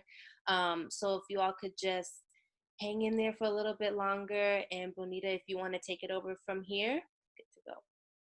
Sounds good. Sounds great. Thank you, everybody. So much wisdom, and it just really fills my heart to see all these beautiful faces, brown, all the rainbow colors here, and good spirit, Hang in there. 30 years, you'll say 30 years later, hey, I did that. Okay. So first thing, you've been sitting for a while, so I'm going to invite you to stretch, move as organically as you feel you need to. Roll the shoulders, do some neck rolls, whatever feels comfortable. Maybe take a sip of water if you need that. And really just take in, as you're moving, check in to see where that tension is, and maybe offer yourself a little bit of massage, some movement there, but not going into an area that's tender or swollen that might be injured previously. So really taking some self-care and awareness there. And once you've allowed yourself some stretching, just to present yourself where you are, I'm going to ask you to take a look around your room.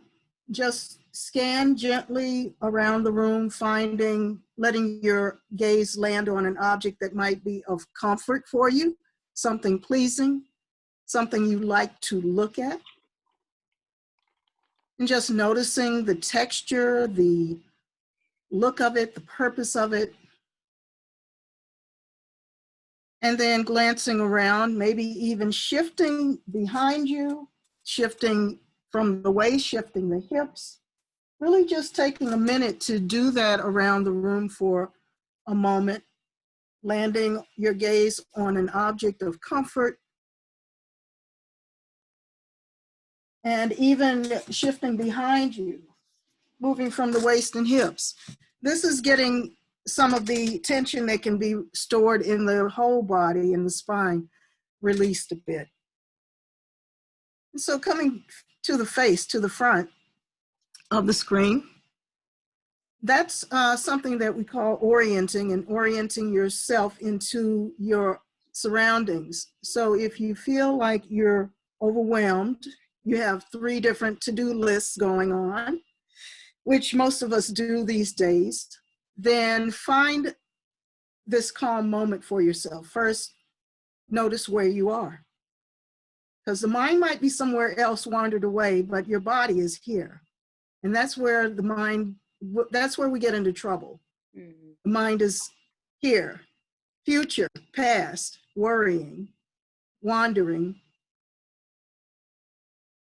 daydreaming, and then the body is here, working, or maybe trying to multitask, which science proves it doesn't work, multitasking. So given that we've sort of oriented, I want you to take in noticing where your body is. It's sitting in a chair, noticing points of contact. And you can allow your eyes to be open, you can allow them to be closed, or rest your gaze downward, or anything that's comfortable for you. So noticing your body, it's sitting here, there's points of pressure against the seat. And I'm gonna offer you places to bring your attention. So the mind, if it's wandering, you can bring it back to those points of attention, those anchors. So bring your attention to the feet. Just notice the feet are here. They're supported by the floor. Maybe there's a sensation of warmth, temperature that you're noticing in the feet.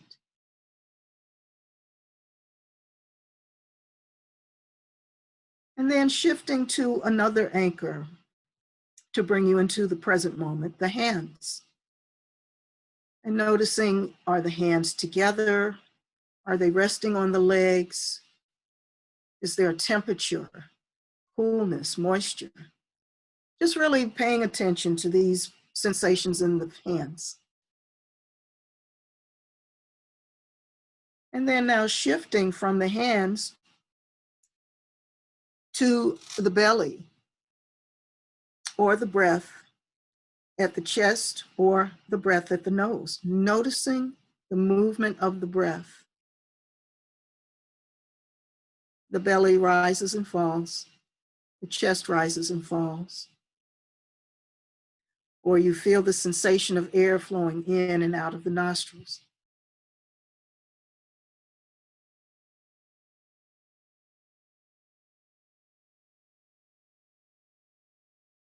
Observing this breath, the body breathes for us all the time. But mindfully watching this breath, the in-breath, the pause before it becomes an out-breath.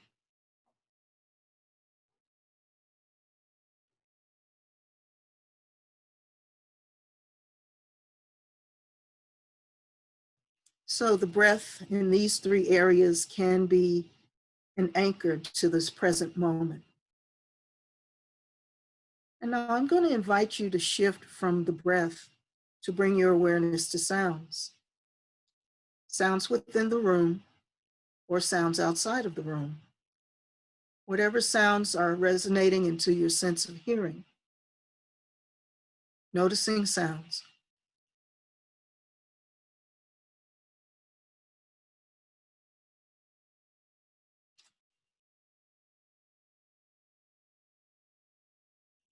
And noticing if the mind has wandered away from noticing sounds. And gently bring the awareness back to listening to sounds. And there's no need to give yourself a hard time. That's the mind's job, to wander, to be busy, to think.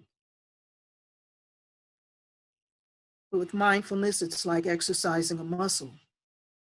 And every time you're aware the mind has wandered away, that's mindfulness.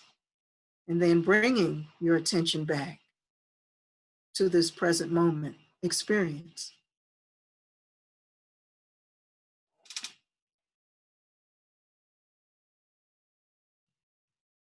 And so now returning to the breath, and I invite you to place a hand on the chest or the belly, or even a few fingers under the nostrils to feel the movement of breath, or the sensation of breath against the fingers, more the out breath.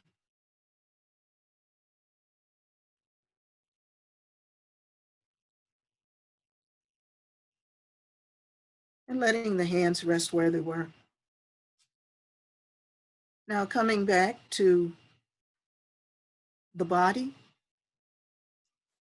and scanning the body from the feet, the lower legs, the knees, the upper legs, the upper body, the back, the shoulders, arms and hands, fingers, the neck, the head, face, eyes, nose, mouth, the jaw, the ears. Just noticing the entire body and touching into parts that might feel very pleasant, perhaps a full belly from eating, or unpleasant, maybe there's hunger, and somewhere in between, as an example. And I offer that you can actually breathe into that area and relax the area of tension or pain. So allowing there to be some softening as you breathe in and out of the shoulders, of the neck, of the jaw. And being kind to this body that supports us. Maybe not perfectly, or not how we'd like it to be, but it does its thing for us in the background. So I'm going to invite you to open your eyes or raise your gaze up. Just going to shift a moment. And just to get some feedback a bit about this practice, what it was like for you. Was it challenging? Was there a lot of chit chat going on in your head?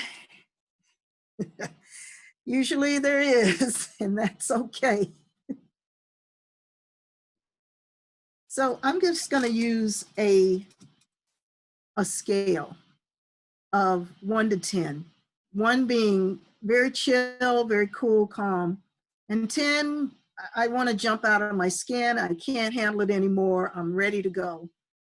So where would you rate your scale at now? In 3, 4, 5, somewhere in the middle.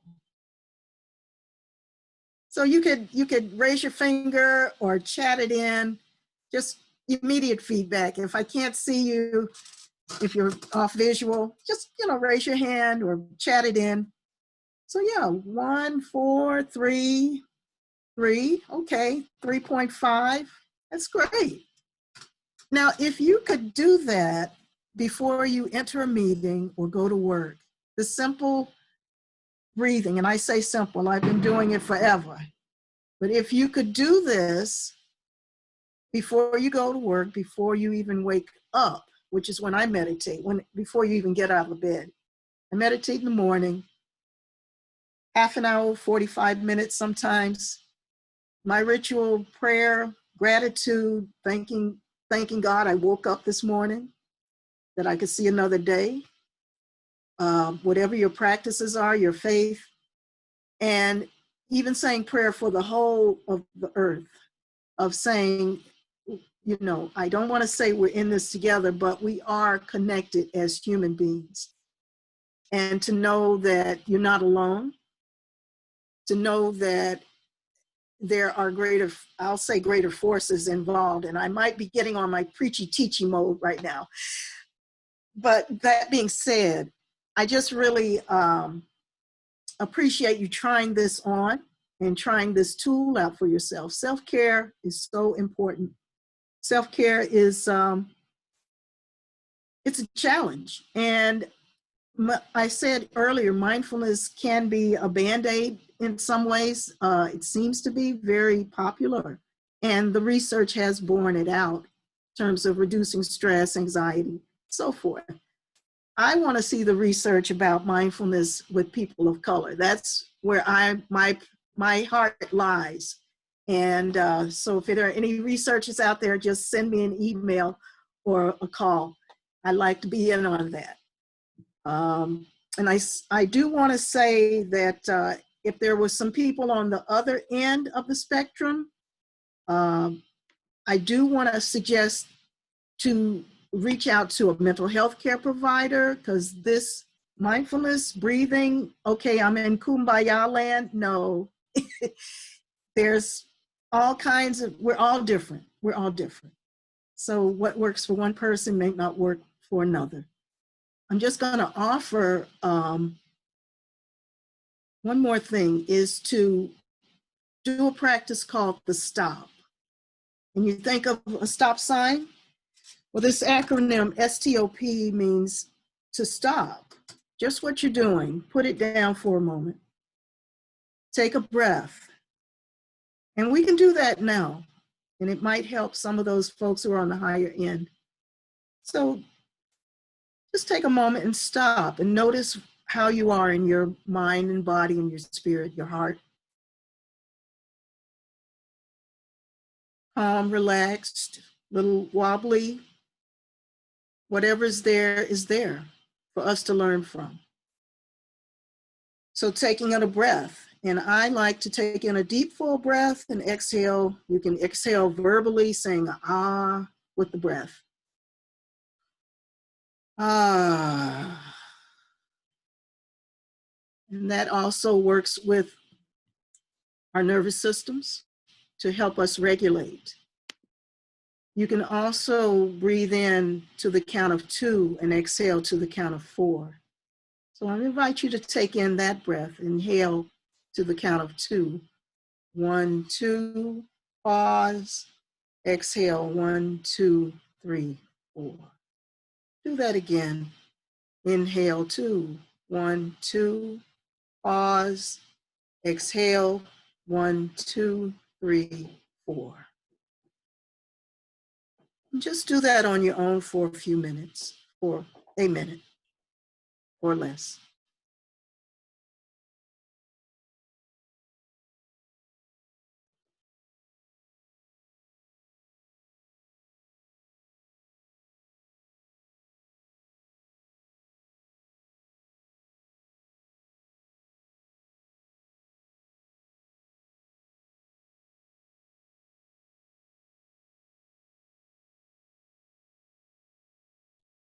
Now shifting from breathing, and you're more than welcome to continue breathing and taking care of yourself in that way, if you need that, is to observe your body, sensations, how you're feeling now. Mind, body, spirit. Difference than when you started, the same, more or less. And if you feel ready and open to move, proceed to what you were doing before, or change, even pause some more, then the invitation is to do so. So STOP,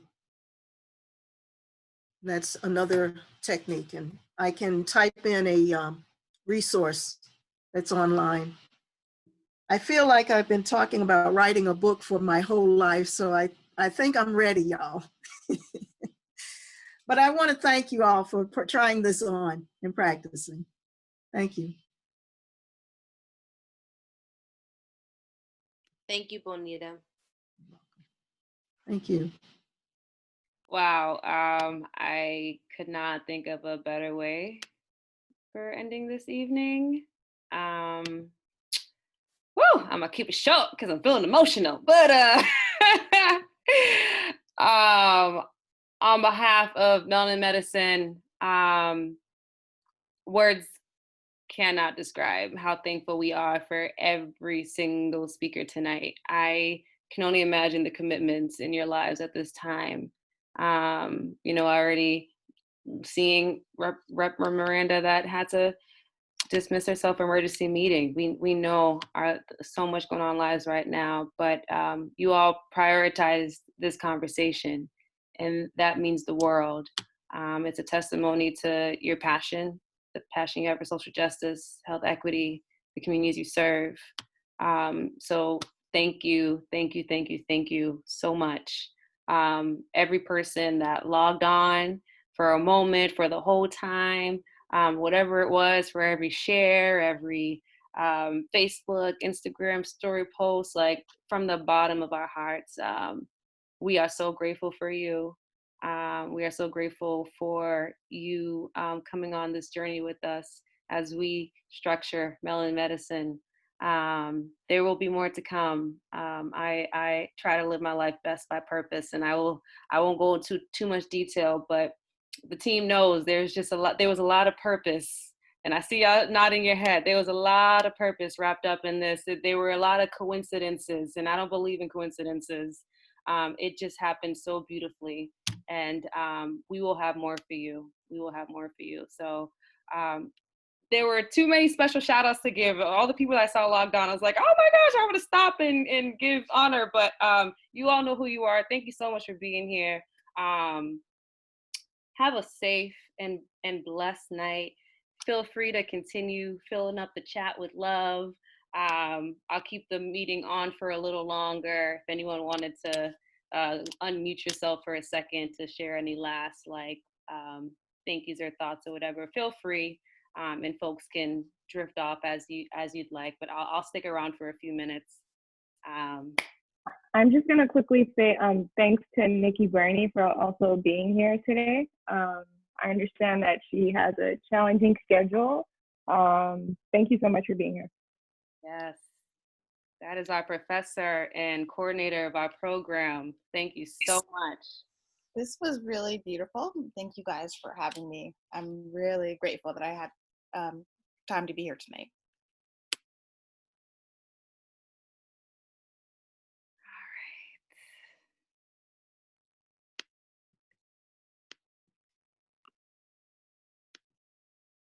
Oh, how dare I? If you haven't already, please do follow Melanin Medicine on IG. Keep the conversation going, keep sharing, keep adding to your stories.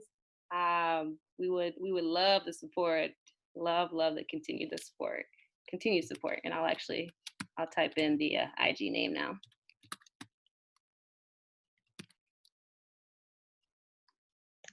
Just wanted to echo the thank you of all the different individuals and organizations who are represented here. And of course, million thanks to all of our wonderful panelists and speakers. You've added so much to this evening, and I think just how we'll think about things going forward. Thank you.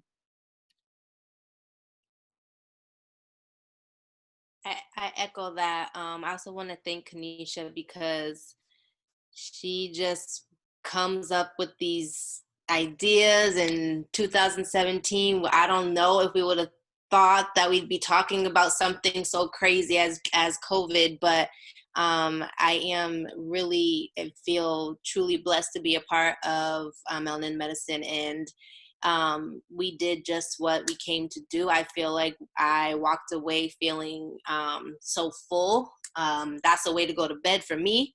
So I'm hoping that everyone else, took away something that they can share with someone or something to think about along the way throughout the rest of COVID, because as we mentioned, it's going to be around for a while. So thank you everyone for joining us tonight. Mm-hmm. Thank you to the team. Y'all remind me why I never once do this alone. I can't. I could not. Y'all make it sweeter. Y'all make it better. Thank you all so much for all this work. We've been talking about this for a while, but the magic really had to happen in a few days. Thank you for enduring all my novels of text messages, multiple text messages and emails. Thank you all so much. And our speakers, just reading your bios makes me want to step my game up. I'm like, all right, I gotta get to it. There is work to continue to be done. So thank you for continuing to motivate all of us to be our best selves.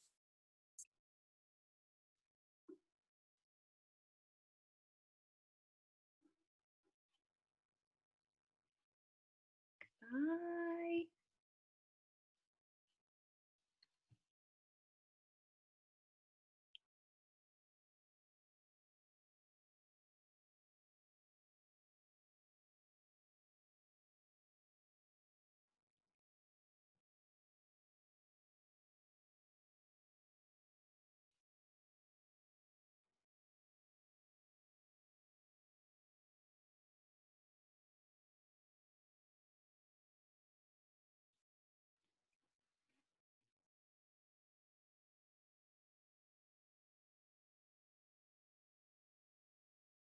Oh, y'all are so sweet.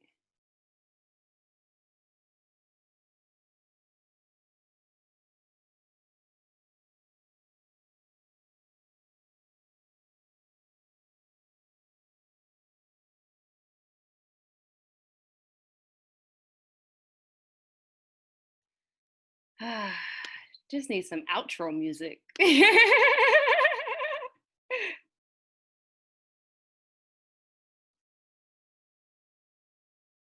right, got a few new followers.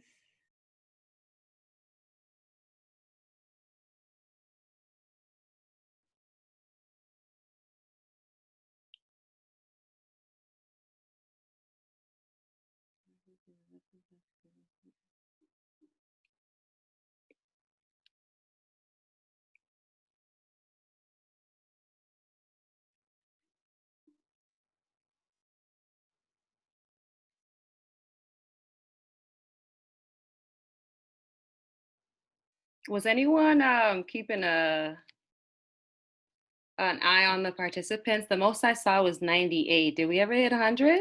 Yeah. I went to IG. I was like, who's gonna blink us at 100? I was hoping, I was watching it just like go up and down, and I was even happy to see where we stayed at with the meditation. Yeah, that was a good number. For the meditation, then it went down to like 56. Mm-hmm. Yeah. And then I just checked my phone. I know there's one of my friends who's also a doctor, and Onyeka's mom was trying to get in, but they couldn't get in. I just saw the message. Yeah, I don't know what happened. I mean, I only got one message, but someone had messaged me saying they weren't able to get in. I don't know if it was too full. Was there a capacity level?